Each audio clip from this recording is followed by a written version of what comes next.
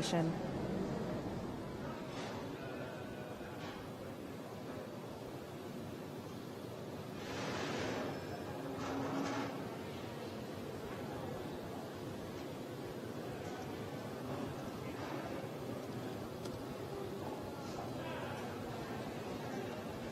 Now we passed through waypoint 1, so we're about 10 minutes away from waypoint 2.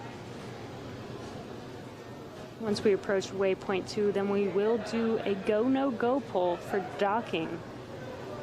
So we're, again, around 30 minutes away from docking here, depending on the timeline, when we reach each one of these points. We're on our way to waypoint 2, which will bring us about 20 meters in front of the space station.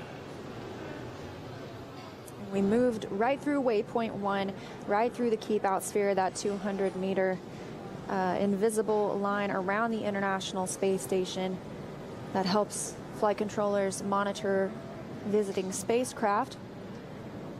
But we will have to hold at waypoint 2, that 20-meter mark. They'll conduct their final checks, prepare for arrival at the International Space Station. A very clear view from Crew Dragon. That looks incredible.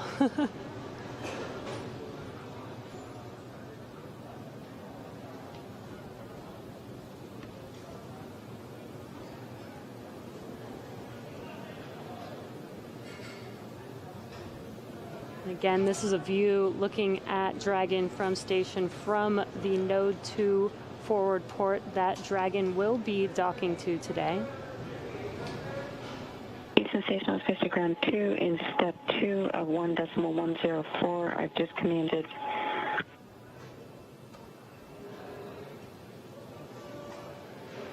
On RPOP, reference frame to destination docking port, and I see RPOP not receiving Dragon 2 data. Copy all, Kate, we're checking.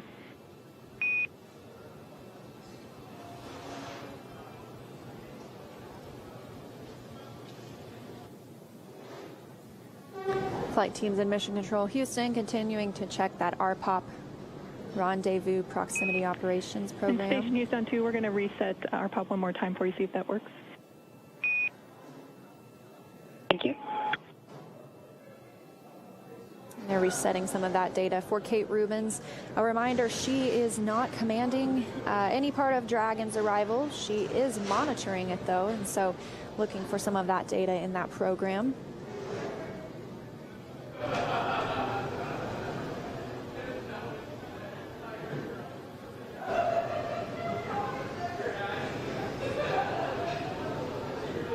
Again, we are on our way to waypoint 2, which will be 20 meters away from the station.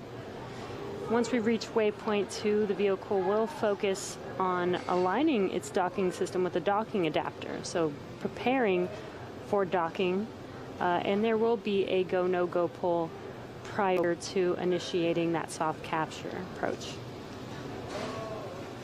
Here's that same view we were looking at earlier, and you can see even how much closer Crew Dragon has gotten in just the short time since we last received it, having moved through waypoint 1 since that time period.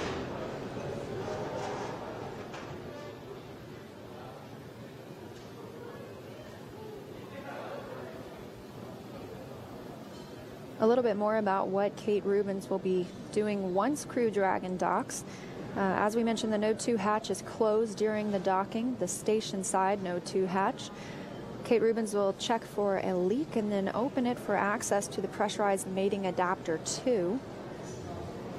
She'll also manually pressurize the vestibule. That's the area between the A-Pass hatch, which is on the station side, and the Crew Dragon hatch. The A-Pass hatch is what is currently exposed to the vacuum of space. It also has a docking target on it that allows Dragon to align itself with the port. Once that pressurization is complete, Kate Rubins will be able to open the A-Pass hatch to let some air in. It's a slow process. She'll be opening a valve specifically on the A-Pass hatch to let that air in. And we'll hold for thermal stabilization before we do some leak checks in the vestibule. We want to make sure that there aren't any fluctuating temperatures that are giving us misleading signals on what the pressure is in the vestibule. We'll conduct the leak check for that space between those two hatches. In the meantime, the crew is doffing and drying and stowing their suits during that thermal stabilization and leak check. They're stowing their equipment. Kate will open the A-pass hatch and remove the docking target. Almost 2 hours post-docking, these checks are taking place during that time. We will look for Dragon's hatch to be opened. Dragon, SpaceX on the big loop. C2V2 link reconfiguration is complete. The soft capture ring extension is also complete. We are planning to hold momentarily at waypoint 2. At that point, we will be asking for your input on lighting conditions and your go to proceed. Do remember that your visors are not required to be down until our final approach. Okay, Dragon copies all, and we'll be holding momentarily at waypoint 2, and we will give you a good lighting check at that point.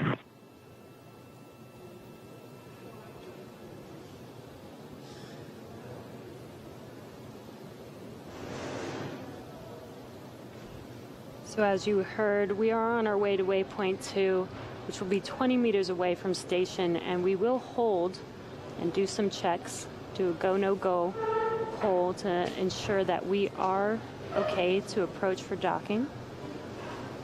And we did hear confirmation that the soft capture ring is extended and ready for that docking.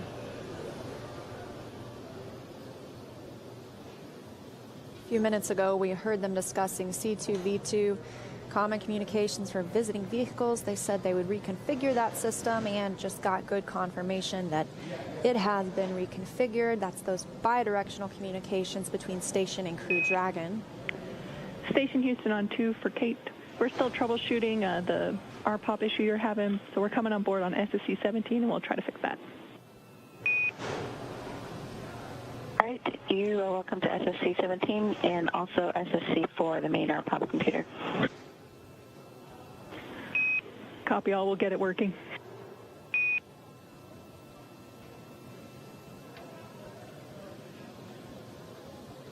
Mission Control Houston checking back in with Kate Rubens aboard the station, who is working to monitor Crew Dragon's arrival. As we mentioned, she is not commanding anything that Crew Dragon is doing, and neither are the crew themselves. This is completely autonomous, but she is trying to monitor some of that data, and so team members in Mission Control Houston are going to try and reconfigure the RPOP system, Rendezvous and Proximity Operations Program, from the ground.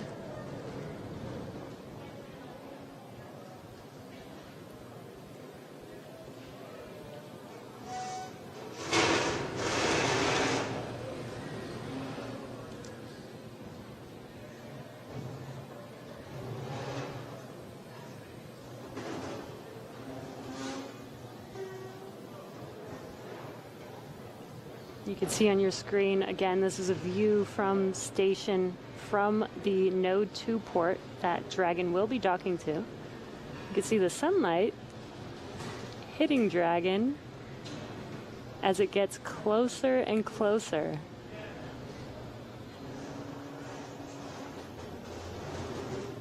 It's starting to get a little bit darker outside as well. That's because the International Space Station and Crew Dragon are approaching an orbital nighttime. They are in daylight for 45 minutes and nighttime for 45 minutes, circling the globe every 90 minutes. They're currently flying 260 statute miles over the Pacific Ocean.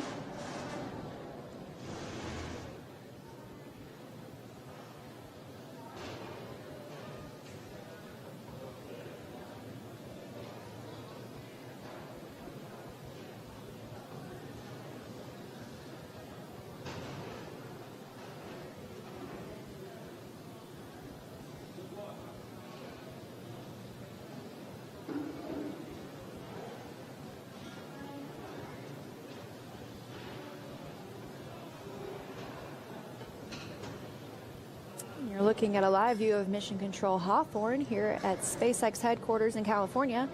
And if you noticed, we have lost video temporarily of Crew Dragon as it's approaching the International Space Station, but that's really no surprise to us. It's something called a TDRS handover, tracking data and relay satellite system. Teams on the ground are able to track when the space station and Crew Dragon will be moving in and out of these handover periods. And we expect to regain video communications with the space station very shortly. In the meantime, it continues. Crew Dragon continues its approach to waypoint 2. And we have those views back already. As you mentioned, Jesse, you can really see those 4 forward bulkhead thrusters the closer we get. Oh, wow, and you can really see the detail on the International Space Station with how close we are. We're approaching waypoint 2, which will be 20 meters in front of the station. That's why you could see it so close up in that last view. Hazard. Station Houston on Space Ground 2 for Kate. Again, 2. All right, Kate, SSC-17 is back up and running for you. We're working on 4 now. In addition, let us know when your review is complete and you are ready for docking. Copy, and I saw SSC working. It's giving me good range and range rate. Now I've got another RPOP is not receiving Dragon 2 data from PCS message on 17. Copy that, Kate. We'll take a look. Thanks for the extra info.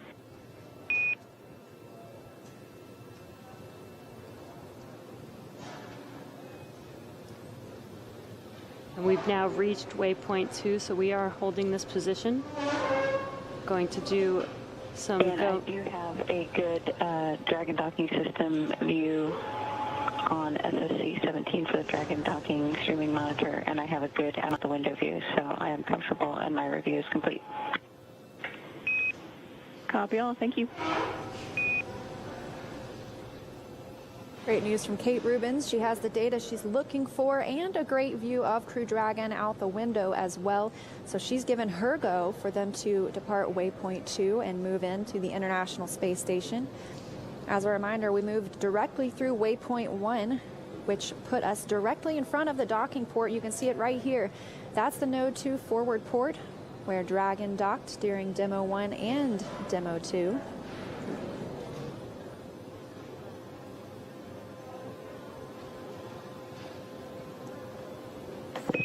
Dragon SpaceX on the big loop. The ground is go for approach 2. At this point, please confirm that the lighting conditions are acceptable to proceed, and let us know if you are go for approach 2 and docking.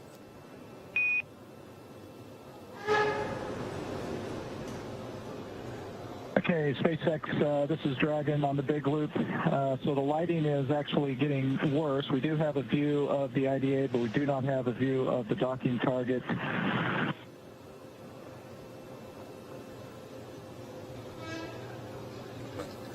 In Dragon SpaceX, we copy. We are 6 minutes from sunset. Would you like to hold for those 6 minutes, or do you feel comfortable proceeding?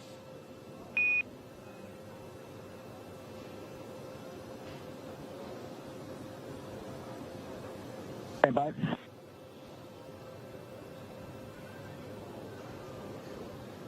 And SpaceX from Dragon, we'll go ahead and hold for those 6 minutes if we can. We copy hold. Crew Dragon crew has opted to hold at waypoint 2 for the time being so they can get some better views of the docking port, the docking target on that APAS hatch we were discussing that's on the International Space Station. So they can hold here, and that will give them the opportunity for sunset to come over both the International Space Station and Crew Dragon. There won't be any odd shadows, and they should have better visibility. Of course, the crew themselves are not making this maneuver in toward the International Space Station. It is autonomous. Crew Dragon will be doing it by itself, but we want the crew to be able to see the docking target so that they can properly monitor as the vehicle continues to make its approach to Node 2. And the ground is go for docking. but we are just waiting for us to get a little bit more light so that Dragon can actually see where it is going to autonomously dock, see the target on node 2 as it approaches, so it can make that soft capture accurately. We're in another one of those satellite handovers we just discussed as well. We should get video communications. Oh, right there. Coming back, and as we mentioned, Dragon is holding at waypoint 2. That's 20 meters away from the International Space Station. They are holding until we reach sunset, an orbital nighttime for the spacecraft. Once that happens, they will proceed in toward node 2. It should take about 5 minutes.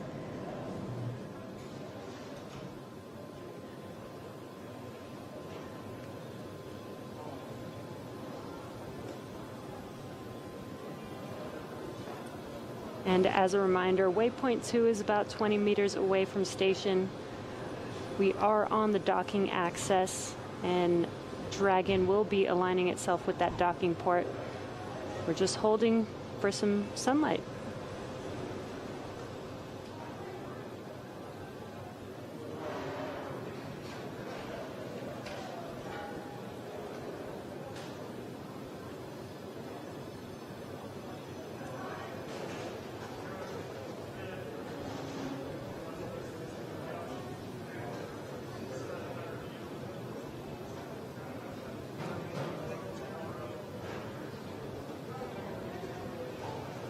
This hold continuing for another few minutes. The space station has crossed the terminator line, the difference in day and nighttime on Earth. They are east of Hawaii right now in the Pacific Ocean, and they are waiting for the sun to set on orbit. Crew Dragon will be able to use its infrared camera to spot that docking target on the APAS hatch on node 2, and then they'll be able to proceed, leaving waypoint 2, making their 5-minute journey approximately to docking. And I should correct what I mentioned earlier. They're waiting for the sun to go down so that they don't have any shadows, so that Dragon can actually see clearly and locate, align itself with that docking port.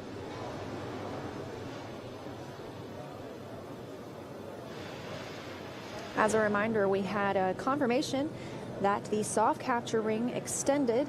That'll be the first part of capture. The soft capture ring. There are also rotary spring dampers that will soften the contact once Dragon's soft capture ring comes in contact with the International Space Station, and then the ring will retract until sensors indicate it'll be time for hooks to drive. We're looking for 12 hooks, 2 different gangs of 6, to firmly secure Dragon to the International Space Station. That entire process, from contact to hard capture, can take about 13 minutes. We'll be standing by the entire time to make sure all of that goes smoothly, but everything looking good right now for Crew Dragon, still holding about 20 meters away from the International Space Station.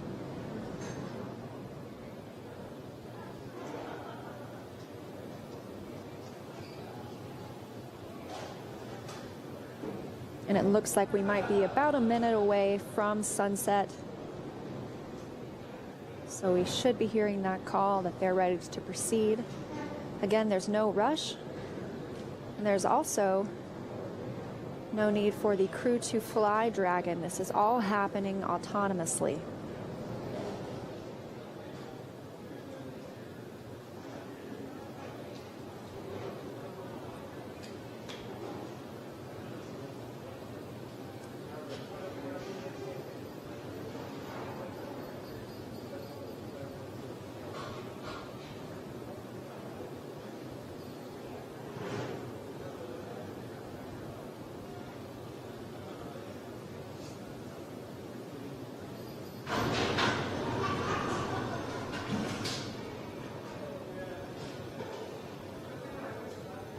Just a few more seconds until sunset. And you can see it did get quite a bit darker. And that flash on the Node 2 docking port coming from Crew Dragon.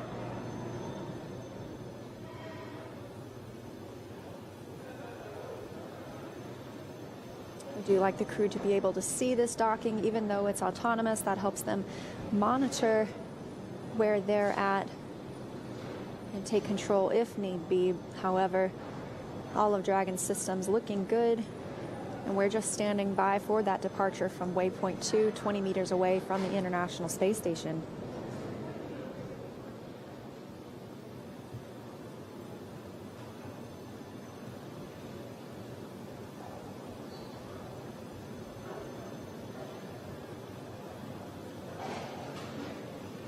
We are currently go on the ground for docking, but we are waiting for the crew to confirm if they are ready.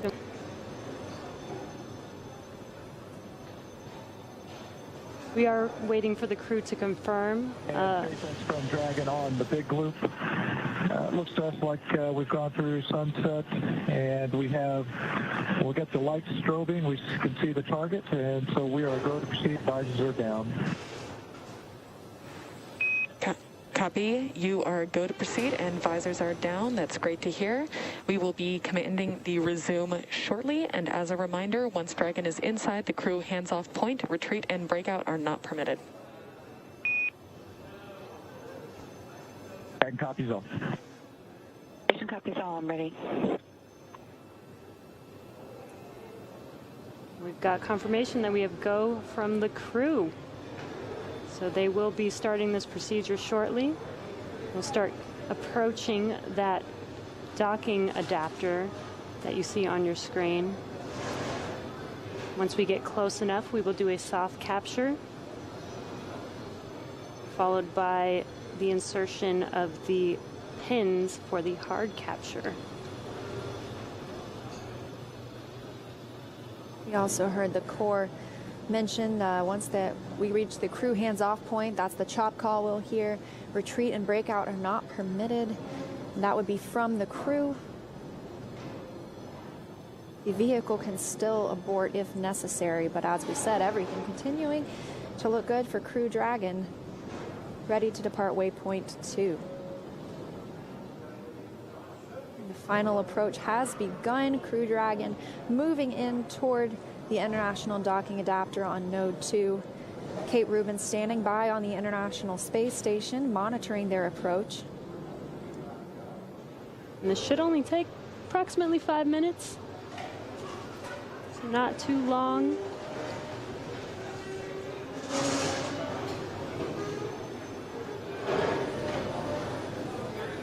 Their arrival at the International Space Station today will be coming about 27.5 hours since their liftoff last night at 7:27 p.m. Eastern Time from Kennedy Space Center in Florida aboard a Falcon 9 rocket.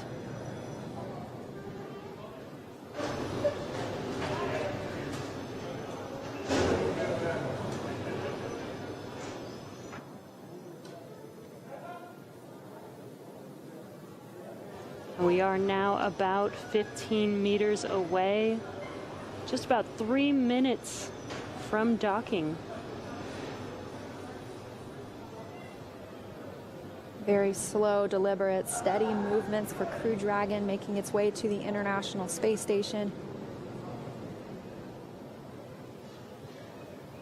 We'll be looking for soft capture first, with the soft capture ring already extended.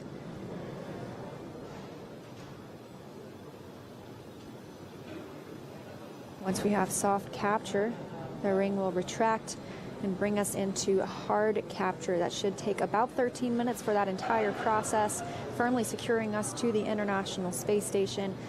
And then we'll move into leak checks. And SpaceX from Dragon on the big loop, we show 10 meters. We've got good lighting, good visuals.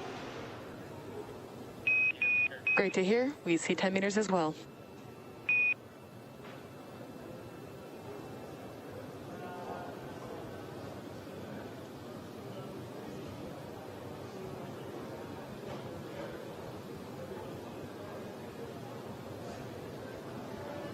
Even though it looks very slow right now, both Dragon and the International Space Station are traveling about 17,500 miles an hour over Earth right now, both about 262 statute miles over the planet.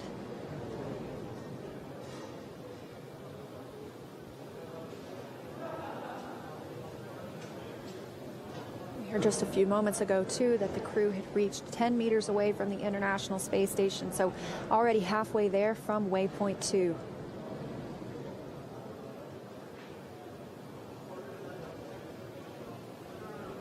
We're only about a little over a minute from docking. You can see on those display panels the crew watching as they approach that node, port 2.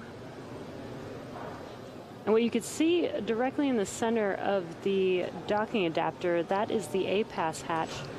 Once we do a hard capture and do leak checks, that will be the first hatch that will open, followed by the Dragon hatch. If you look closely in the center at the very bottom, there was Chop, crew hands-off point, standing by for contact.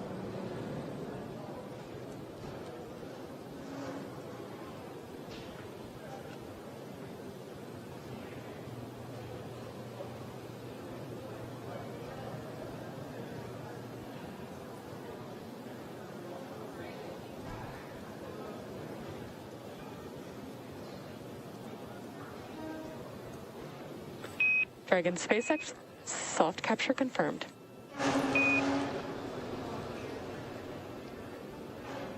Dragon copies, and we see the same.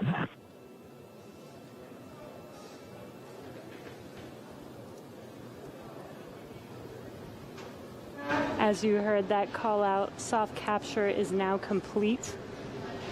Next will be hard capture. This is where the pins will insert themselves into that docking adapter and create a hard lock. And we had that soft capture at 8:01 p.m. Pacific time, 11:01 p.m. Eastern time. Crew Dragon and the International Space Station flying 262 statute miles over Idaho. Dragon SpaceX, soft capture ring retraction in progress.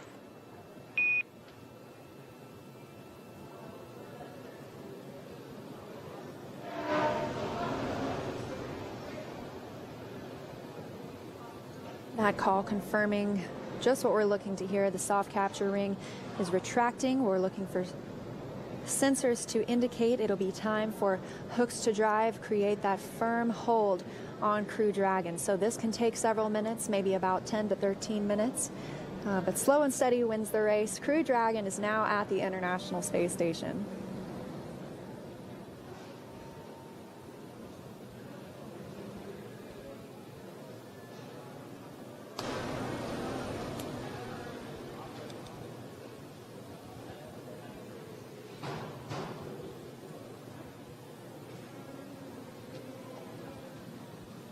This view over the shoulder of our commander and our pilot Mike Hopkins and Victor Glover. They are watching this all unfold via these 3 displays.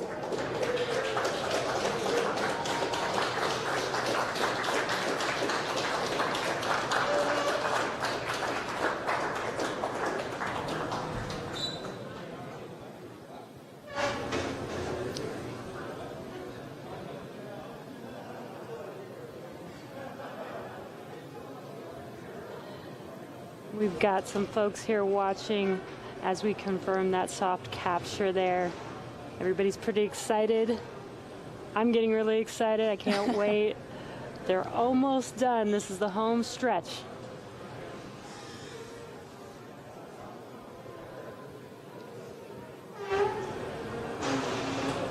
So once again, we had contact, soft capture confirmed at the International Space Station for Crew Dragon at 8:01 p.m. Pacific time, 11:01 p.m. Eastern time. Both vehicles were flying 262 statute miles over Idaho. We're now in the soft capture ring retract period. We'll be looking for that ring to retract fully. These sensors will indicate that we are ready to firmly connect with the International Space Station. That's called the hard capture. And that means it'll be time after that to begin leak checks, suit doffing or taking off their suits for the crew, eventually hatch opening. So all those steps might take a couple of hours, but we will be here for their first, I can't say steps inside the space station, for their first floats inside the space station.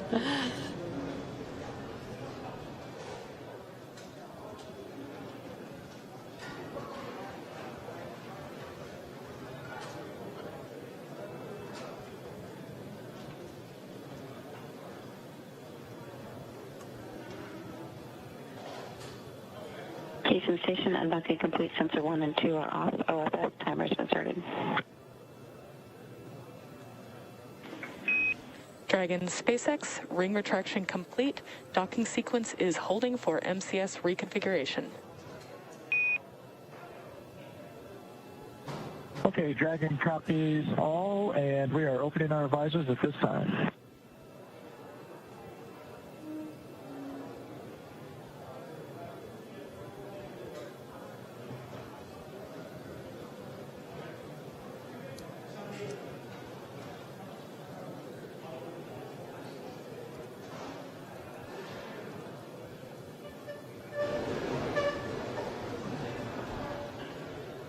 Heard the soft capture ring retract is complete. And MCS stands for Motion Control System. We are handing off from the Russian thrusters to the U.S. gyroscopes. The other voice you heard was that of NASA astronaut Kate Rubins monitoring the arrival of her 4 new crewmates inside Crew Dragon. Everything's still going smoothly. We're currently awaiting that hard capture to be complete. As we mentioned, it can take about 10 minutes.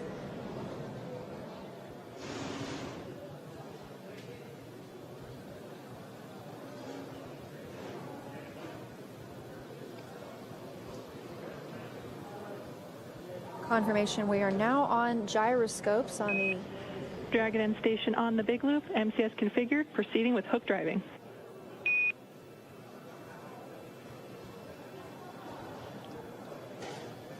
Yeah, Dragon copies. Good news. Copies, thanks.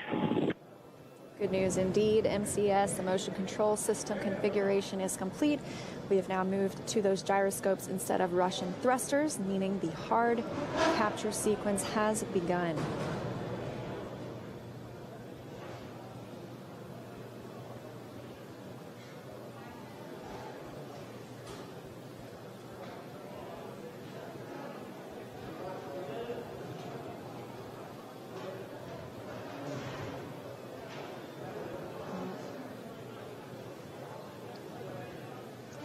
The hooks are currently driving into place to give us that hard capture. Once we do have that hard capture, though, it will take some time before we can open the hatches. They will perform some leak checks to make sure that it is safe to open both the A-Pass hatch and the Dragon hatch.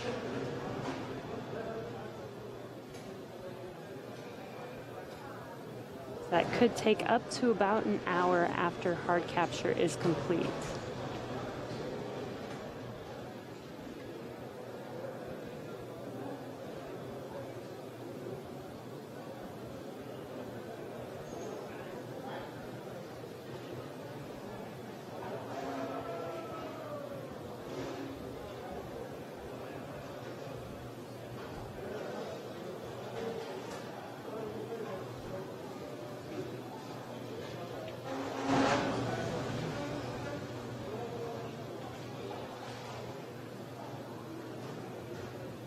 You were initially discussing, looked like we might have an 8 o'clock p.m. Pacific time docking, and we did have that contact and capture coming at 8:01 p.m. Pacific time. So very close, and that was even with us holding for a little bit to allow the crew some better visibility.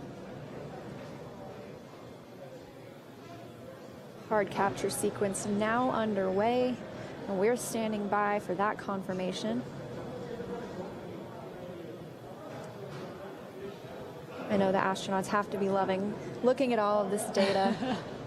Tons of excitement. I know they've enjoyed their ride in Crew Dragon. They were having so much fun during the broadcast, but I can only imagine their excitement to be at the International Space Station now.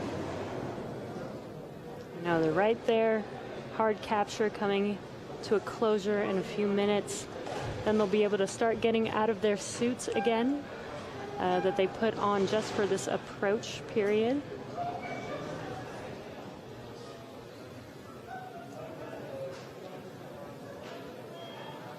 We've got confirmation that the first 6 hooks are complete and closed.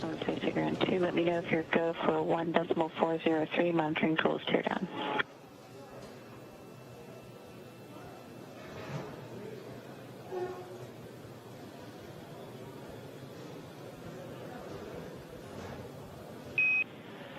Houston copies, Kate. We'll be ready shortly. We'll let you know.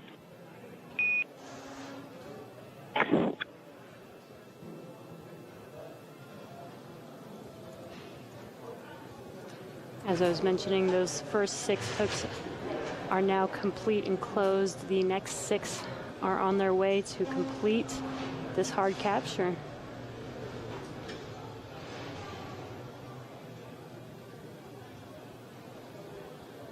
Crew patiently waiting and watching and monitoring on their 3 display panels there.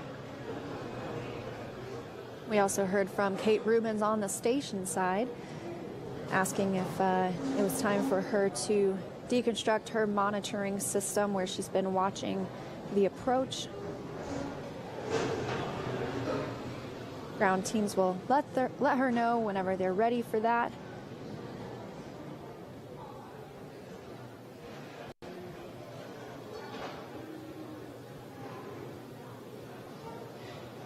Again, hard capture is underway. Once hard capture is complete, they will perform some leak checks prior to opening up the APAS hatch. Once the APAS hatch is open, they'll perform some more checks to make sure that it is okay to open the Dragon hatch. And in the meantime, Dragon SpaceX hard capture complete.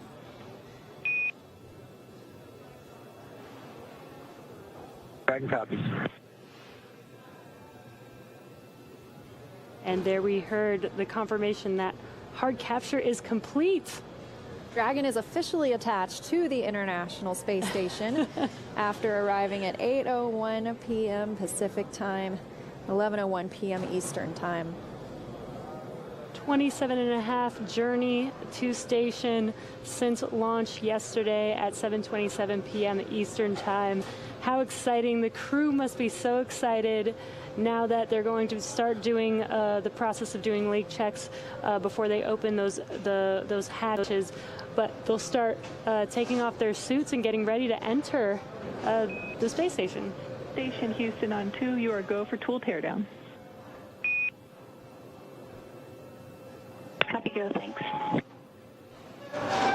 That's the call Kate Rubins was looking for. She is good to tear down her station. She was monitoring the arrival of Crew Dragon. And things will be picking up inside the space station for her. She's getting the hatch on the station side ready to be opened. She'll also start pressurizing that area known as the vestibule between Dragon and the station hatches.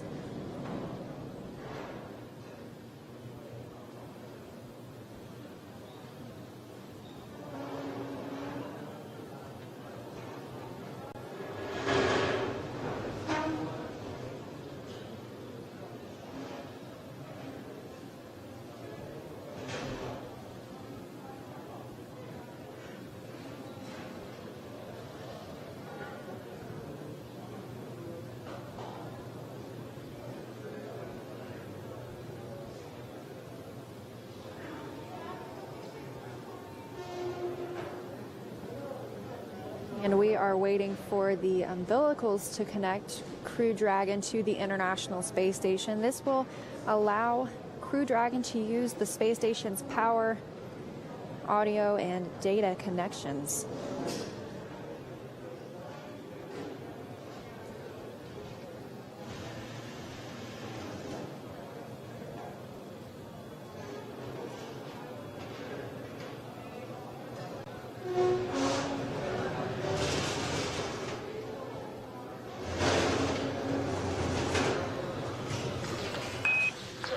Resilience, SpaceX. Docking sequence is complete. Welcome to the ISS, Resilience.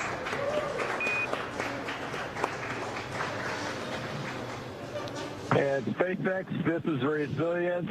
Excellent job right down the center. SpaceX and NASA, congratulations. This is a new era of operational flights to the International Space Station from the Florida coast. And ISS, Sergey, and Kate, we'll see you real soon. 日本の皆様、クルードラゴン運用初号機、無事に ISS にドッキングしました。国際パートナーの一員として、民間宇宙船のドッキング成功に立ち会えてとても幸せです。我々レジリエンスクルーは、訓練の間、そして打ち上がった後も、様々な困難な状況に直面しましたが、全集中で乗り切ってきました。これから半年間の宇宙滞在も皆さんと感動を分かち合いましょう。All for one, crew one for all.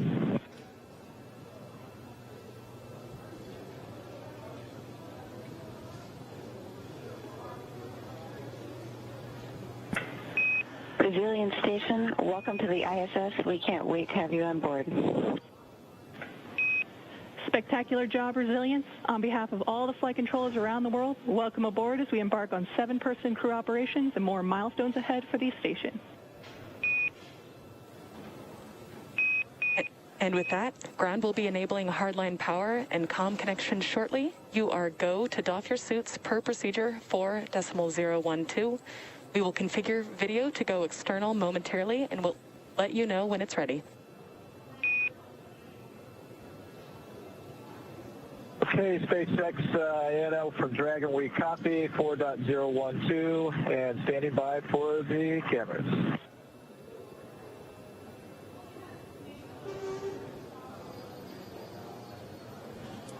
And Dragon SpaceX on the big loop, cameras are external. And Dragon copies 4.012, suit doffing inward. Heard some clapping here in Hawthorne at SpaceX headquarters and even saw a little bit of celebration aboard Crew Dragon. Once it was confirmed hard capture was complete, Dragon was attached to the International Space Station. And then an amazing reminder just how important it is and how international the International Space Station is. Words from Soichi Noguchi, the first international partner to fly aboard a commercial crew vehicle from the Japanese Aerospace Exploration Agency. What an amazing, amazing journey this has been. I can't believe that they are there now, officially docked to the space station. So excited to see them get out of their suits and eventually get on station. But now that Dragon has completed the docking sequence, the spacecraft must undergo a handful of checks before we will be able to open the hatch. The crew on board Dragon will now get a chance to get out of their suits before moving into the hatch operations, which is why they're getting some privacy on Dragon right now. Yeah, that's right. We heard that call for external cameras. And as we also heard, Kate Rubins got the go to take down the station she was monitoring the Crew Dragon arrival from, and she is also getting things ready on the station side to welcome her new crewmates aboard. She's going to be getting the hatch ready to be opened on the station side. That's the Node 2 hatch, and then pressurizing that area known as the vestibule between Dragon and the station hatches. And the station hatch that we're looking at for that vestibule area is the A-Pass hatch. We had a great view of that as Crew Dragon was flying in. We also saw that little docking target for which Crew Dragon was able to align. And Kate Rubins will pressurize that hatch. We'll have a thermal stabilization period as well.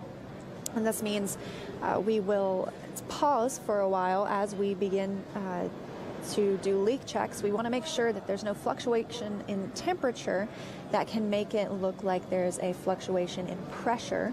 So we'll be pausing for about 30 minutes for that. And once it evens out, Kate Rubins will open up that hatch. She'll remove the docking target. And then it'll be a short matter of time before we see our Crew Dragon crew enter their new home aboard the International Space Station. Yes, very exciting. So let's go to Brandy Dean for a refresher on what's ahead now that Dragon is docked. Yeah, it's so great to see Dragon there docked on the end of the Harmony node and ready for the new joint expedition to begin. What better way to celebrate 20 years of continuous human presence in space than by adding a 7th crew member to the long-duration crew on board the space station, allowing them to do more work and more science. But before we do get to that, we do have to get them on the other side of the hatch, and that is what is ahead of us for tonight now at this point. That is still a little ways off because it does take a little bit of time to get all these hatches open. There's more than one, in fact. When Kate Rubins gets the go from the team here on the ground, she will be doing a short check of the pressurization inside the pressurized mating adapter. That is the tunnel that basically connects now the Harmony node to the Dragon. Assuming that looks good, and it should only take a minute or so, that will be opened, and then she can start the next step, which will take a little longer.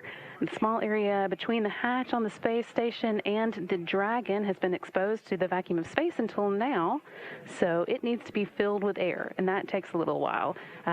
Kate Rubins will be working on that for the next hour and a half or so, but after that, we will be able to see all the crew members together for the first time, which we were really looking forward to. But we'll keep following along in the meantime, and for now, I'll pass it back to you guys in Hawthorne. Thanks. Thanks, Brandy. So exciting. We're getting very, very close. It's been such an amazing journey since launch yesterday at 7:27 p.m. Eastern Time. We watched them from the beginning, from them suiting up, making their way to the pad, riding the fixed service structure, ingressing on Dragon, getting into their seats, getting strapped in, liftoff at 7:27 p.m. Eastern Time with a safe ride from Falcon, separating Dragon into orbit. It's an absolutely amazing journey there. That's the only word I can think of right now. And Right. 27 and a half hours later, it almost doesn't even feel like that long. So I hope that they've had a good ride in Dragon. It was amazing to see Crew Dragon earlier, that they were able to take us inside, give us a little bit of a tour. And then it had those 5 major burns. You know, we had one last night. The crew got some sleep.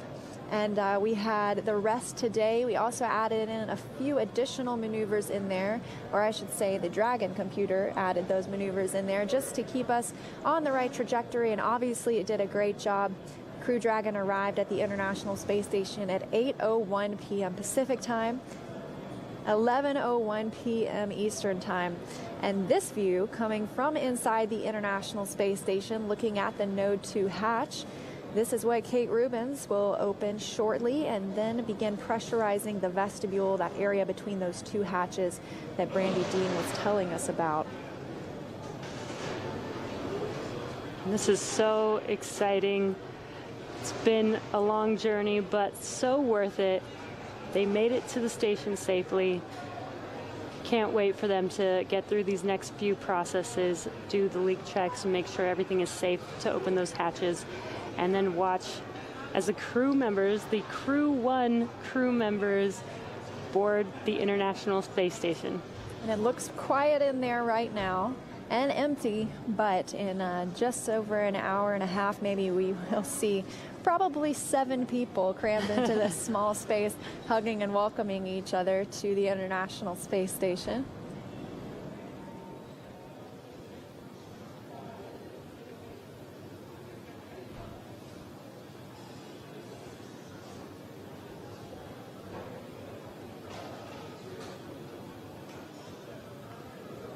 We're keeping an eye on Crew Dragon and on the International Space Station as they continue these checks.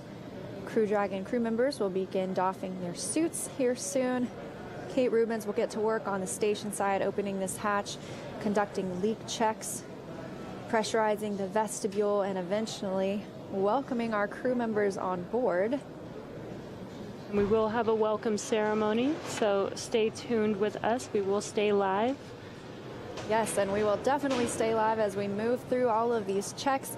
We'll keep you updated as they progress, and you'll get to watch the crew members float through making their home on the International Space Station for the next 6 months.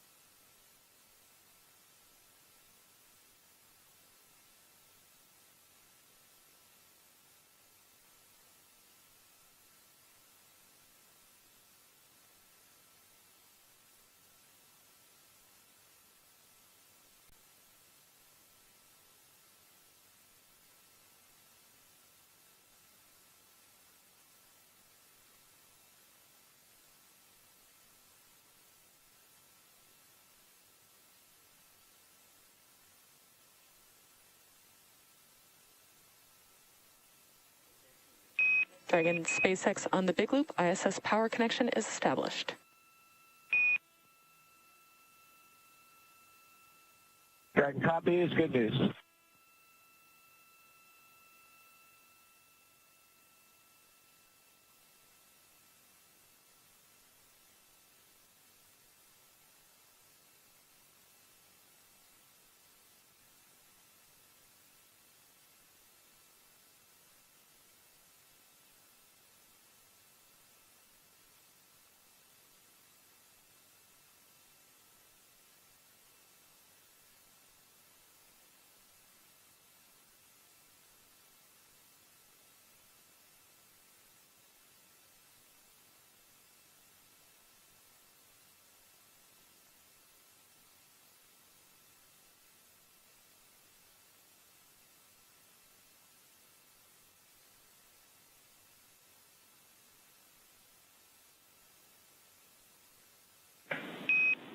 Station Houston on space to ground 2 for ingress part 1.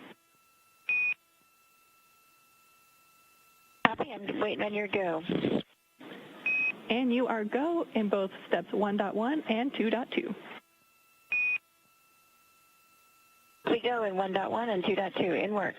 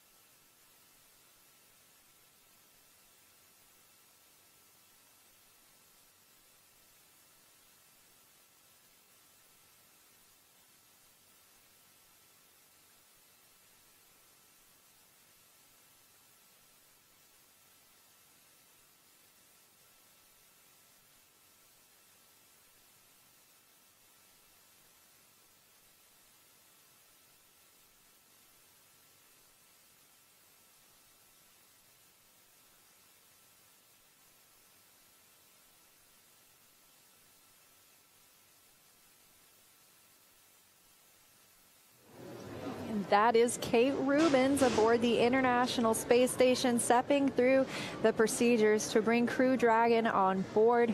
And the hatch she just opened obviously is on the station side of Node 2.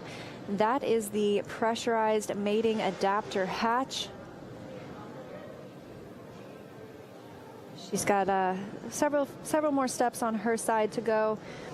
Meanwhile, the crew aboard Crew Dragon will be doffing their suits or taking them off, drying and stowing them. They'll also be stowing any of the equipment that they used.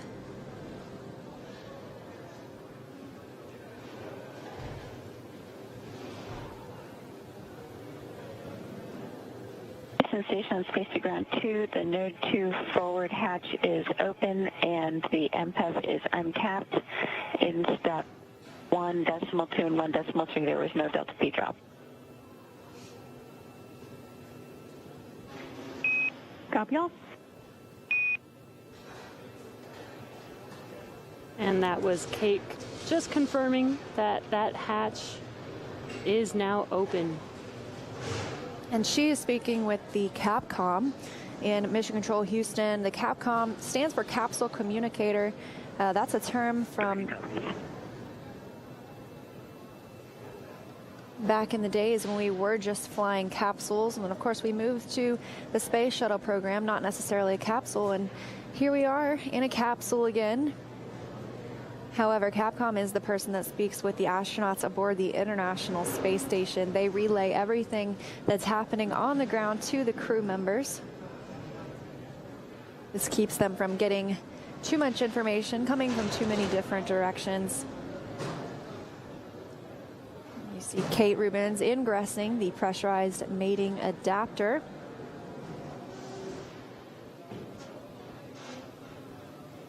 She'll also need to conduct, she'll need to pressurize the vestibule. That's the next hatch. That's the space between Crew Dragon and the International Space Station, that vestibule area. And the APAS hatch was what was exposed to the vacuum of space prior to Crew Dragon's arrival, so we want to make that the same pressure as what's inside Crew Dragon and the space station.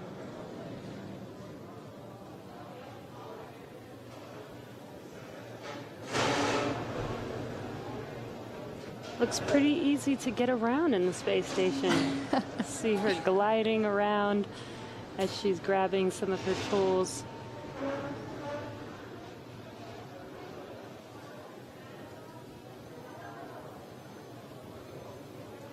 Kate will begin opening a valve on the APAS hatch to slowly let air in, pausing along the way.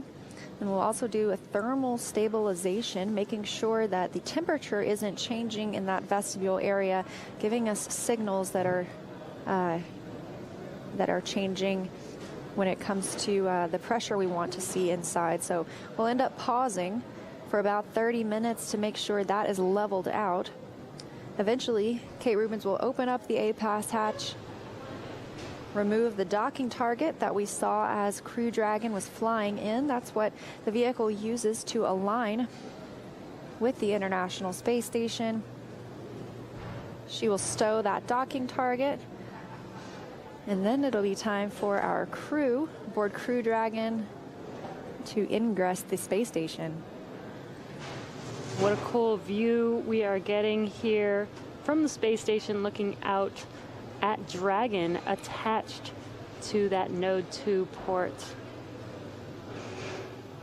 It's also a good view of the trunk of Dragon, and you can see those solar arrays, or they're not really arrays, they're solar cells, and they're wrapped around the body of Dragon. That's the station on Space to Ground 2 in step 2.4 at 0438. APAS equalization valve was closed after 75 seconds of open.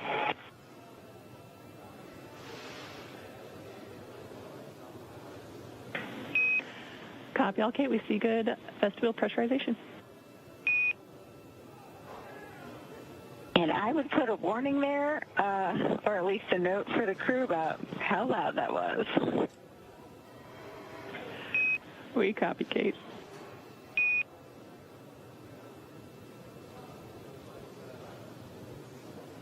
Didn't sound like that in training in Houston.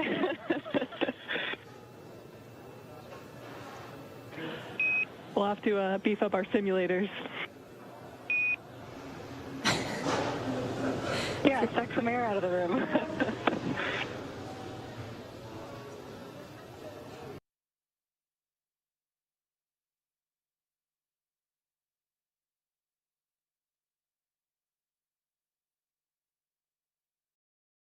Half of Dragon on the trunk, that's the black section. It's allowed Dragon to gather energy from the sun on its journey to the International Space Station. Meanwhile, on the bottom half of the trunk, the white side is a thermal radiator.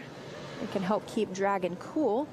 However, Crew Dragon, now being attached to the International Space Station, is running on space station power rather than any power of its own.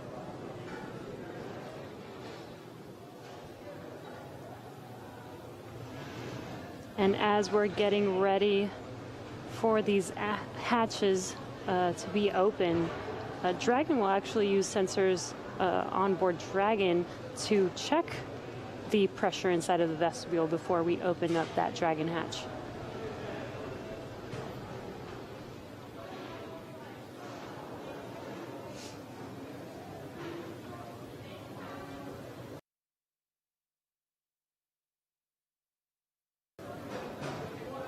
This all comes again after Crew Dragon's contact with the International Space Station happening tonight at 8:01 p.m. Pacific time. Dragon Houston on Space to Ground 2. We will be transitioning audio, so you will be down comm for just a few minutes.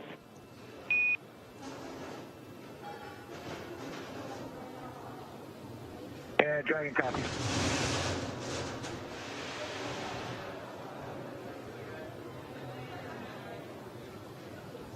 And the Houston team letting Crew Dragon crew know they're reconfiguring to different audio configurations, and they'll regain communications with them shortly.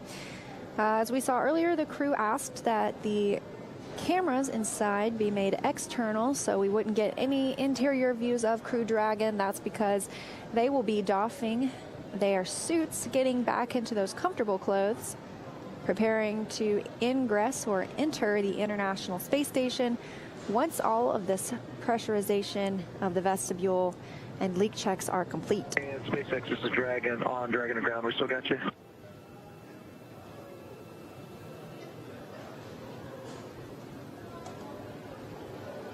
Hey, just want to give you a heads up, 5 Alpha decimal 5, suit drying is started for all 4 suits.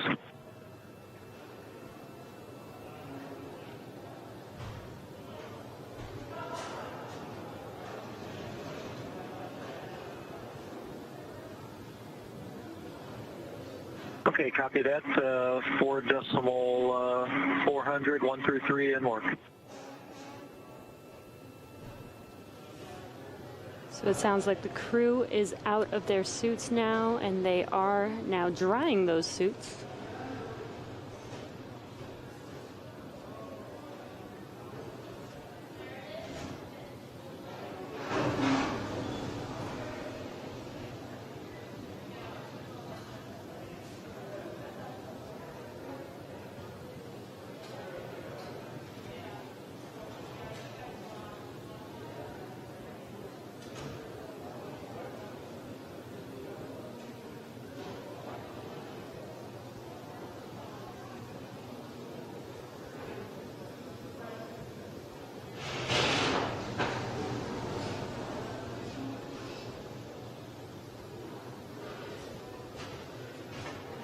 And if you are just now joining us, Dragon is now hard captured to the International Space Station. Kate Rubins is helping to get the vestibule ready and to the and prepared for hatch opening.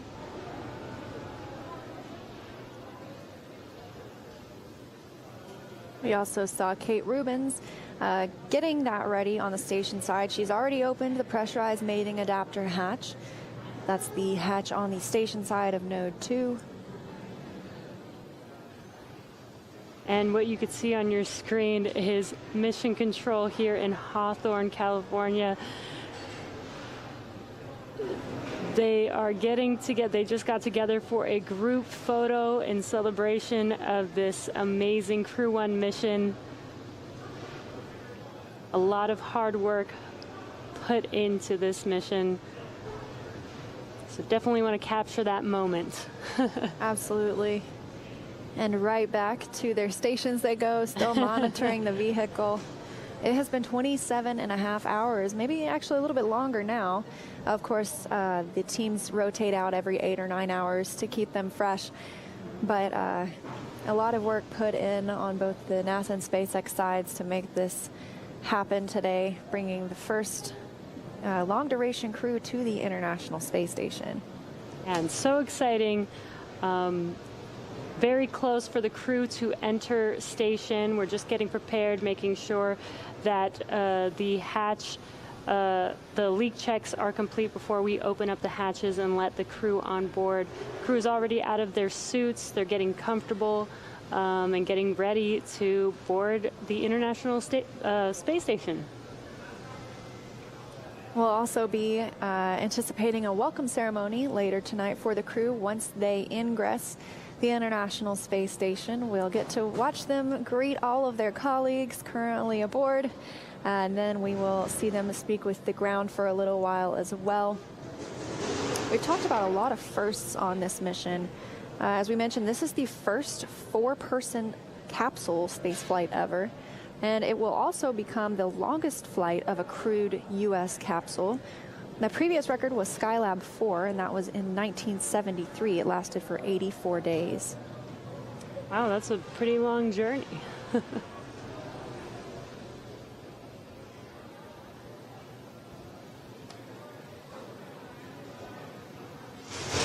Right now on your screen, if you're just now joining us, you are looking at a live view of Dragon docked to the International Space Station.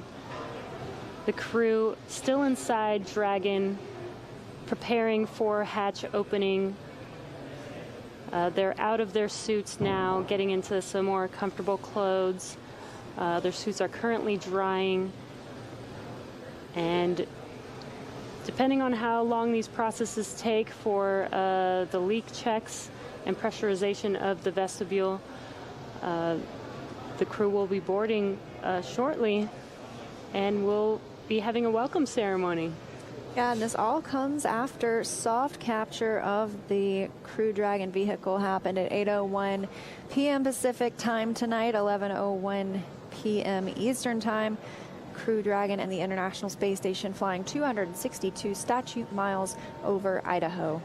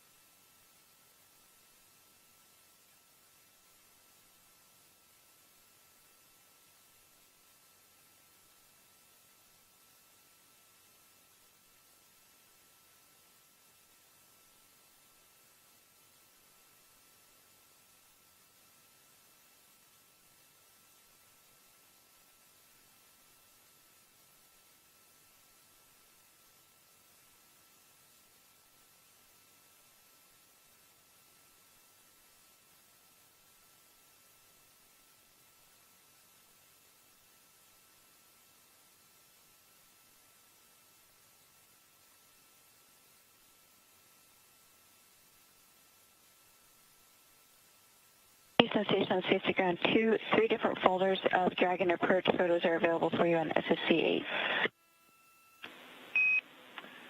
Copy all. Okay, we'll take a look at SSC 8. Look forward to looking at those photos.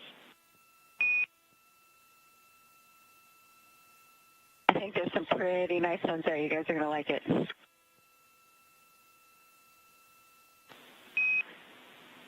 It is known objectively to be a very good-looking vehicle.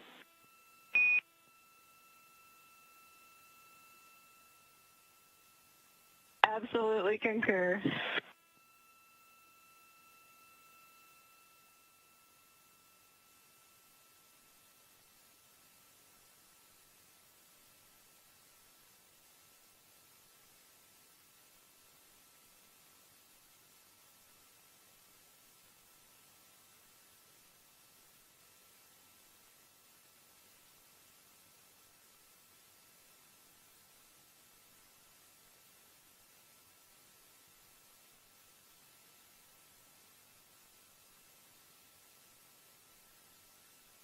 Shuttle station on Space to Ground 2, are you okay with the Node 2 high def or standard def cameras for the setup for ISS Experience Record? I'll do it in front of the cameras, that way we don't have to change the view that we've gotten prepped for PAO setup.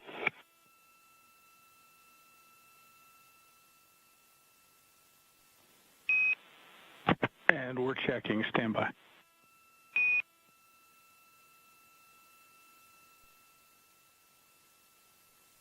Again, at 4.400, ready to report states of charge when ready for the crew tablets.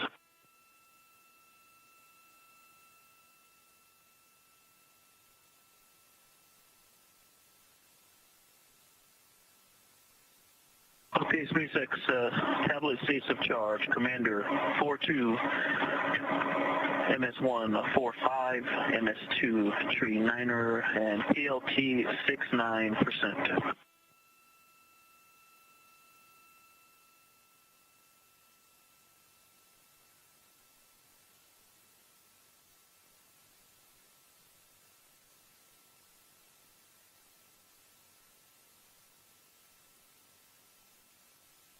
And MS2 is Tree 39er 39.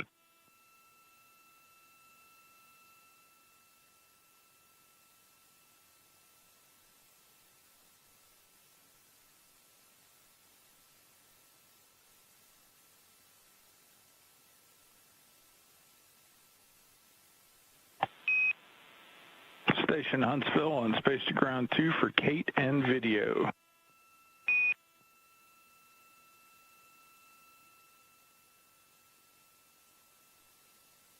PN2. Good morning, Kate. We think that's a good view for now. We may need you to make some adjustments once you get into the activity.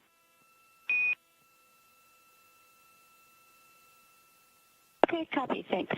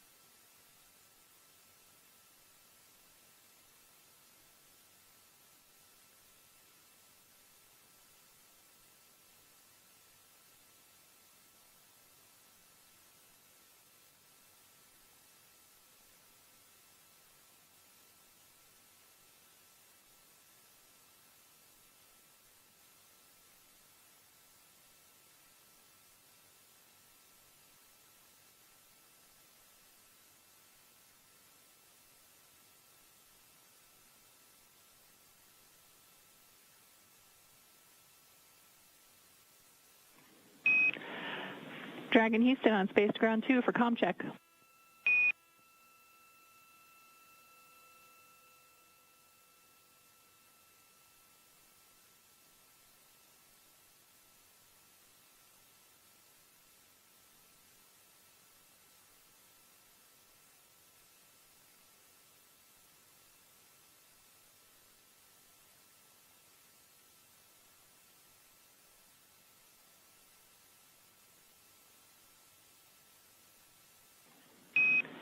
Dragon Houston on the big loop for comm check.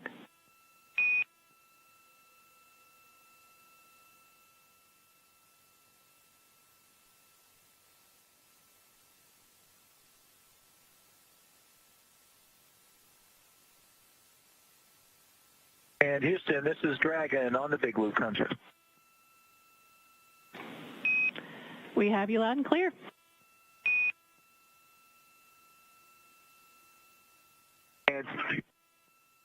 And say again for Dragon on the big loop.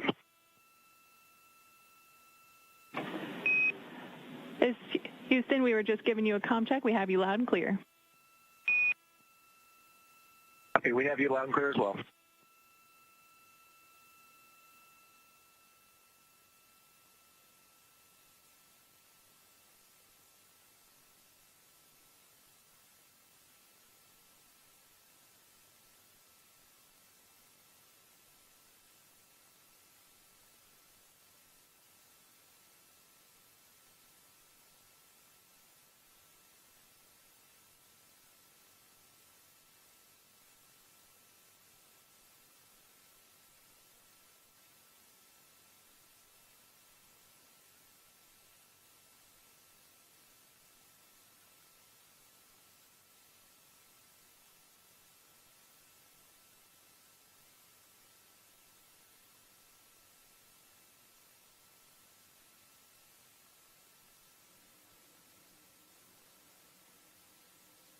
Dragon SpaceX on Space to Ground 2, comm check.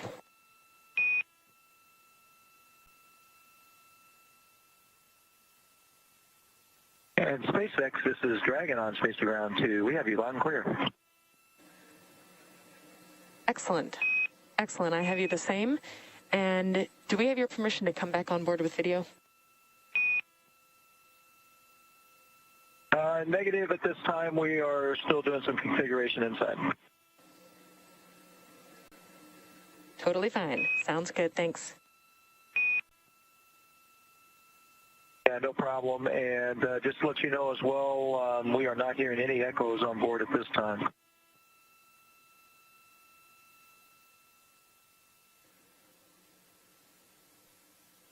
Copy. That's a good data point. Thank you.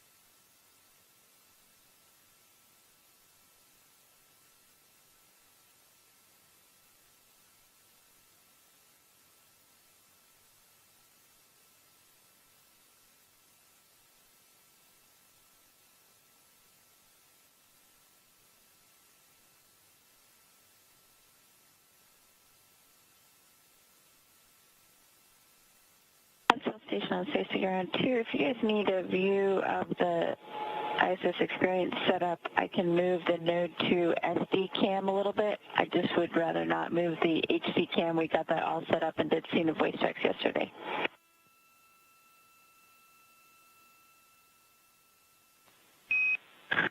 And we copy, Kate. Stand by. I think we're going to have an input for you.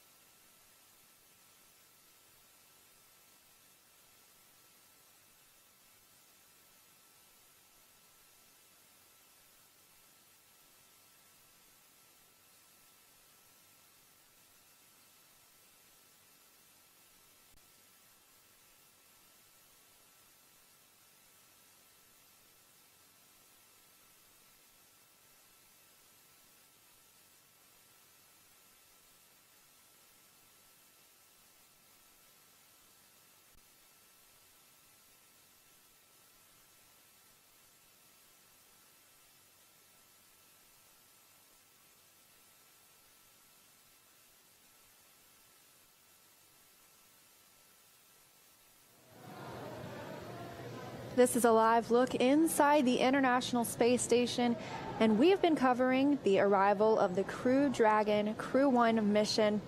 Now having arrived at the International Space Station, docking coming at 8:01 p.m. Pacific Time, 11:01 p.m. Eastern Time, as the International Space Station was flying 262 statute miles over Idaho.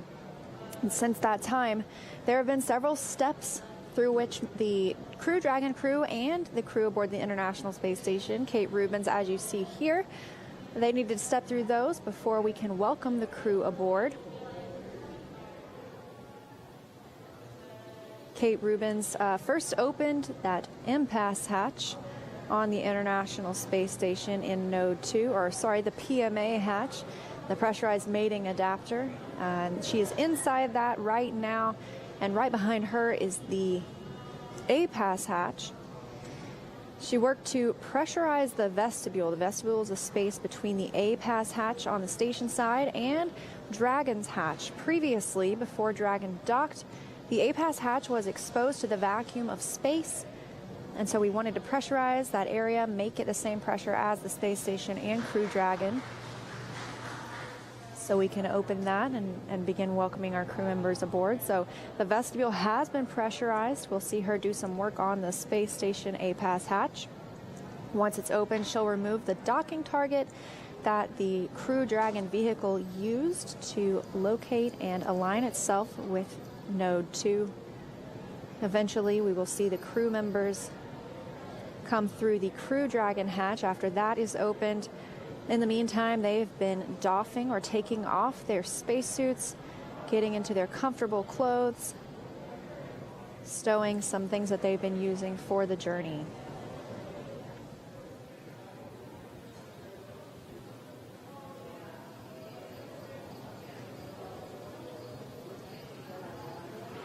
With the pressurization of the vestibule, we do a thermal stabilization check, meaning we hold for about 30 minutes to make sure temperatures aren't fluctuating in the vestibule area, which could give us misleading data, leading us to believe that the pressure itself is changing, but it sounds like everything has been holding steady. We're one step closer to being able to welcome the crew members aboard the International Space Station.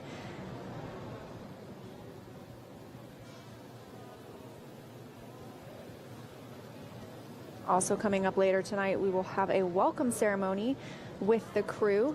They'll be speaking with teams on the ground. And this arrival kicks off a 6-month mission for the crew members. Our crew of 4, Commander Mike Hopkins, Pilot Victor Glover, Mission Specialist Shannon Walker, and our international partner, Japanese Aerospace Exploration Agency astronaut Soichi Noguchi. Station Houston, Space Ground 2 for Kate.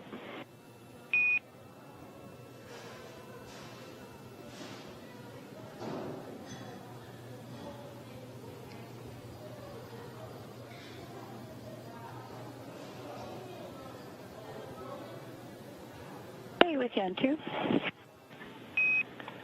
Okay, while we are troubleshooting the ISS experience here on the ground, you are go for Dragon Ingress Part 2. That's excellent. I just opened it.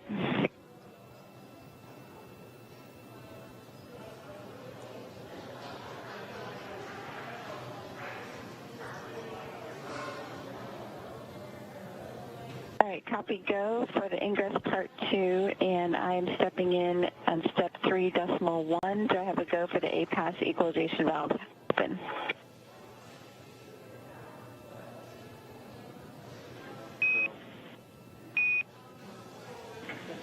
And that's correct, Kate, your go. Copy go, thanks. Heard Kate Rubins speaking with the Capcom in Mission Control Houston, discussing troubleshooting the ISS experience. That is a payload allowing them to record what's happening aboard the International Space Station. Obviously, we have these views here, but that is a special payload. So they were just working on getting those views up.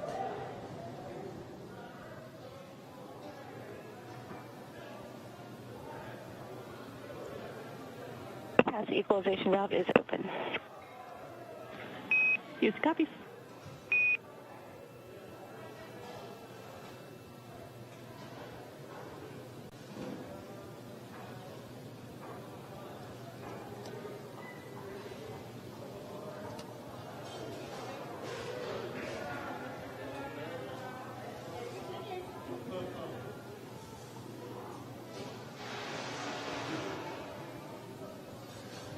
So Kate just opened up the equalization valve, and this will let air in to the vestibule from the space station. We'll be monitoring. Don't wait for your go in step 3.2 since you've got better insight. And we are equalized. You are go. Go.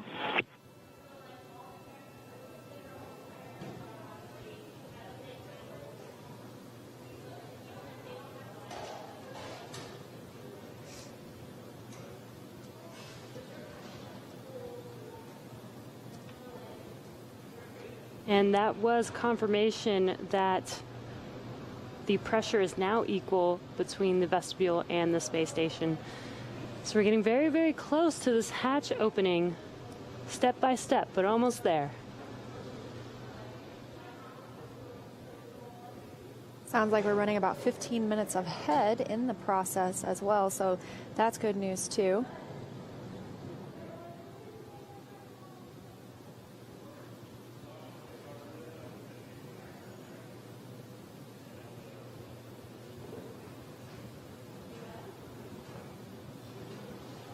Coming up on about,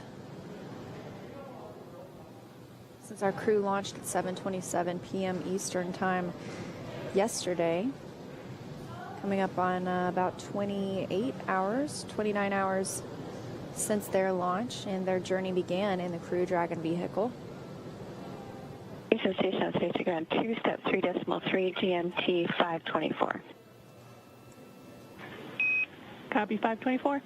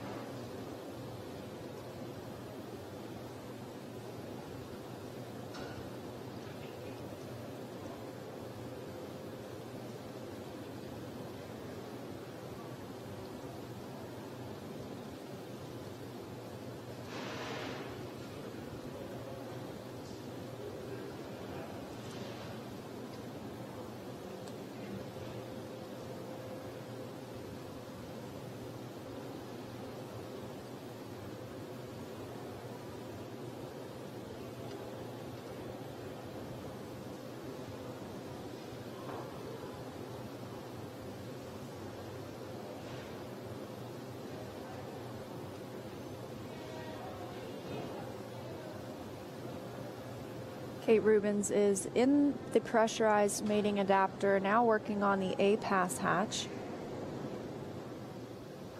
She is installing a tool on the hatch that's used to open it. As we heard earlier, the pressure is equal, or the space between the A-pass hatch and the Crew Dragon hatch is pressurized.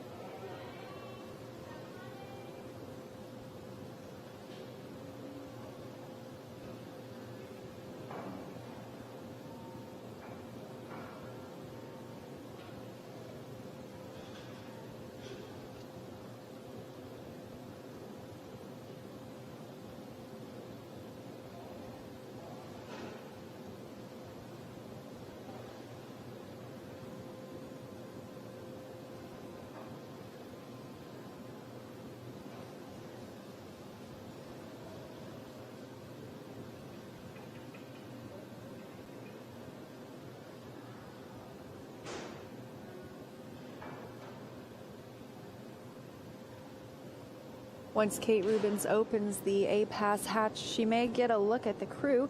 There is a small window on the forward hatch of Dragon underneath the nose cone. During DM2, I believe we got a peek at Bob Benken and Doug Hurley inside Crew Dragon after it had docked through that very window. Meanwhile, Kate Rubins taking some pictures to share with the ground later. These are still very new operations for the International Space Station, and so gathering this data and relaying it to the ground helps inform future spaceflight.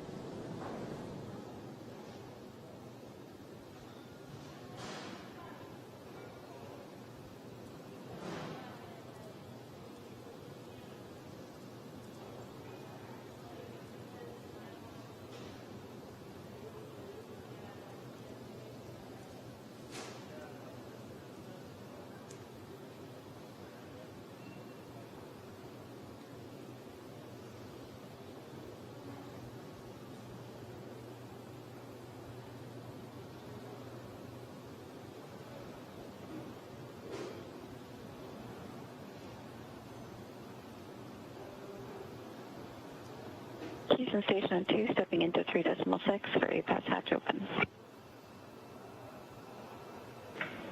Copy all.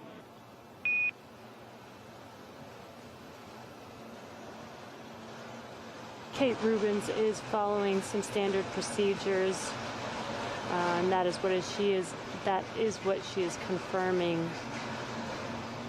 with the ground in Houston. And even those photos are a part of those standard procedures.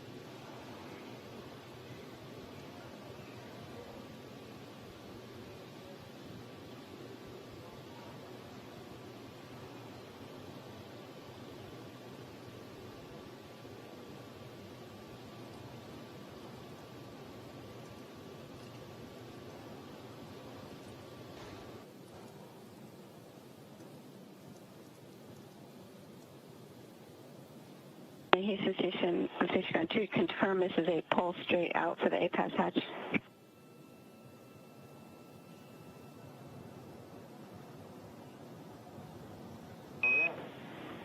You are correct, Kate, and it usually does take a bit of a pull.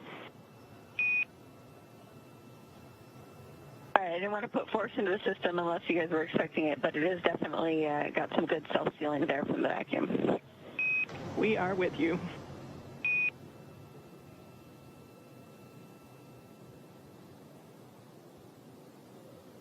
Kate Rubins now preparing to open that A-Pass hatch, making sure what she's experiencing is nominal. The ground confirms it may be a little tough to open up that hatch. This is the whole call Houston and check before you deadlift it up. It's open. Copy all.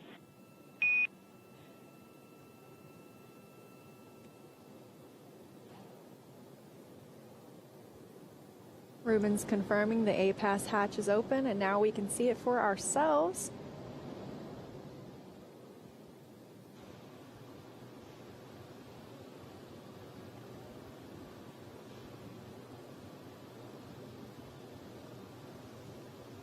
Taking a look inside with the flashlight. She will also remove that docking target that Crew Dragon used to align itself with Node 2 when making its approach earlier today. And a really cool shot from Dragon, seeing Kate inside of that vestibule.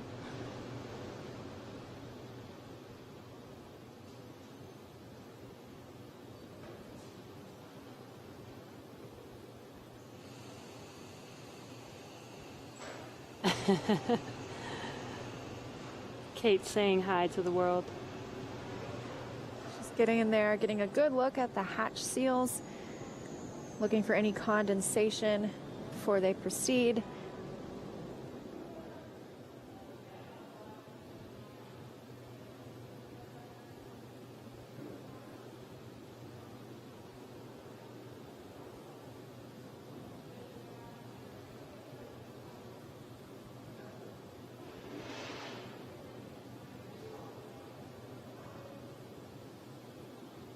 Houston Station on Space to Ground 2 in step 4.1. The APAS hatch is open, and the pressure, the IDA vestibule does not have any condensation upon inspection.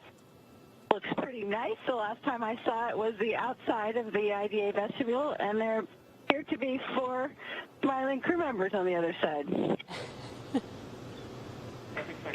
Copy. All configuration as expected. And as Liam mentioned, she was able to get a glimpse inside of Dragon at the 4 crew members waiting to board the International Space Station.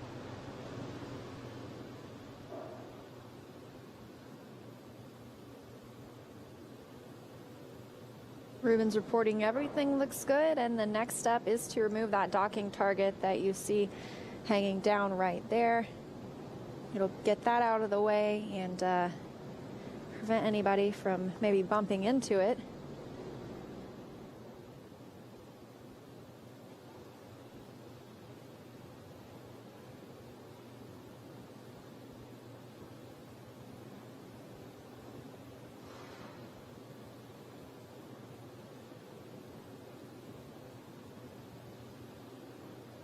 Once she's stowed that docking target, we'll get ready for Dragon hatch equalization. That'll equalize the pressure between Dragon and the station, and then the moment we've been waiting for, we will open the Crew Dragon hatch, welcome those 4 crew members to their new home for the next 6 months.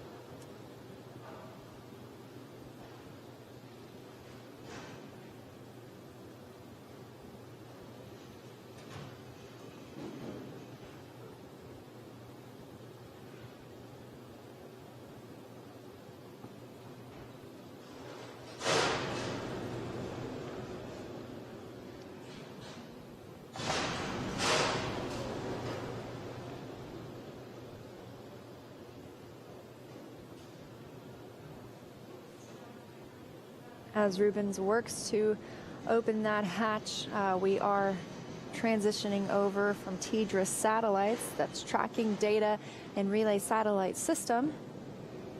The International Space Station goes through these handovers periodically. They are tracked by the ground, and we should regain video communications with them shortly. Just a reminder of everything that Crew Dragon has experienced on its journey to the International Space Station after lifting off from Kennedy Space Center yesterday at 7:27 p.m. Eastern Time. The crew conducted their first burn. Well, I can't say the crew conducted it, but Crew Dragon conducted the first burn last night and then moved on to get a little bit of sleep. So they got a good sleep period until this morning.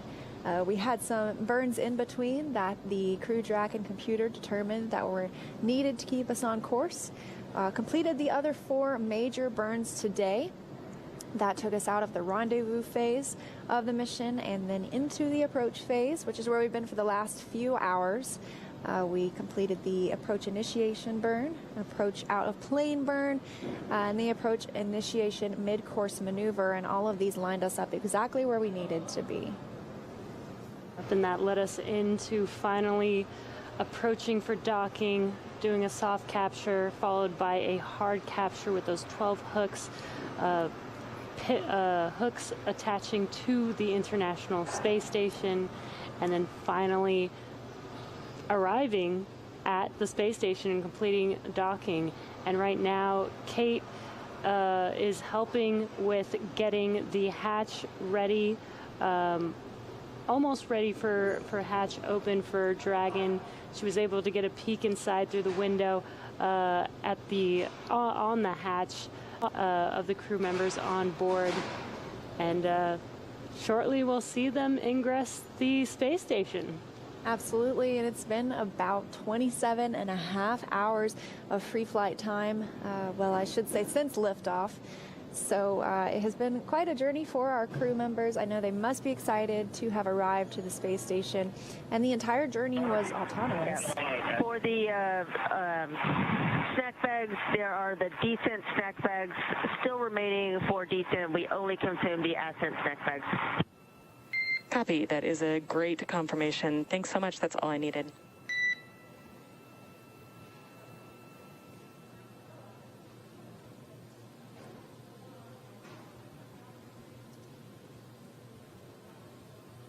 And that was just the Crew Dragon crew doing inventory aboard their spacecraft. We've mentioned a couple of times everything is meticulously tracked when you're in space, and so that includes any meals that are eaten, any items that are used, and any hardware that's being stowed. We want to make sure we know where it is.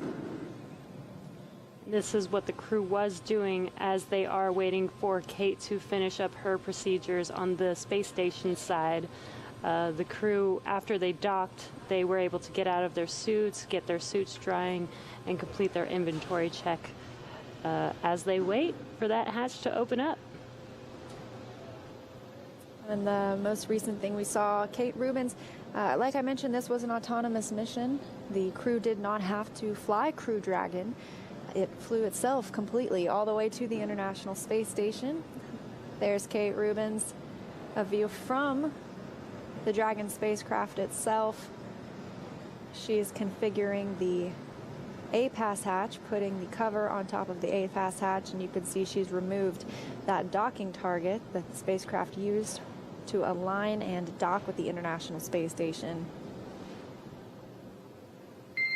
Dragon at SpaceX on Dragon to ground. For your awareness, we are about to take down the S-band path, so from this point forward, please use the ISS Big Loop Space to Ground 2 path for all communication.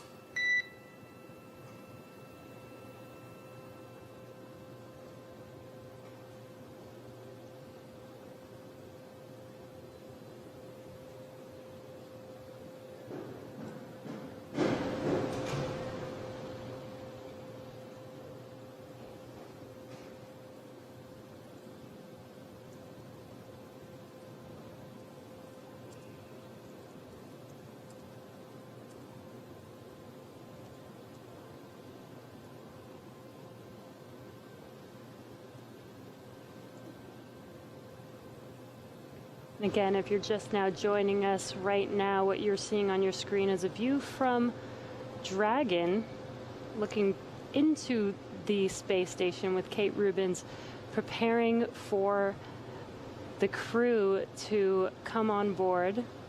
She's getting everything set up inside of this vestibule area prior to opening up the Dragon hatch.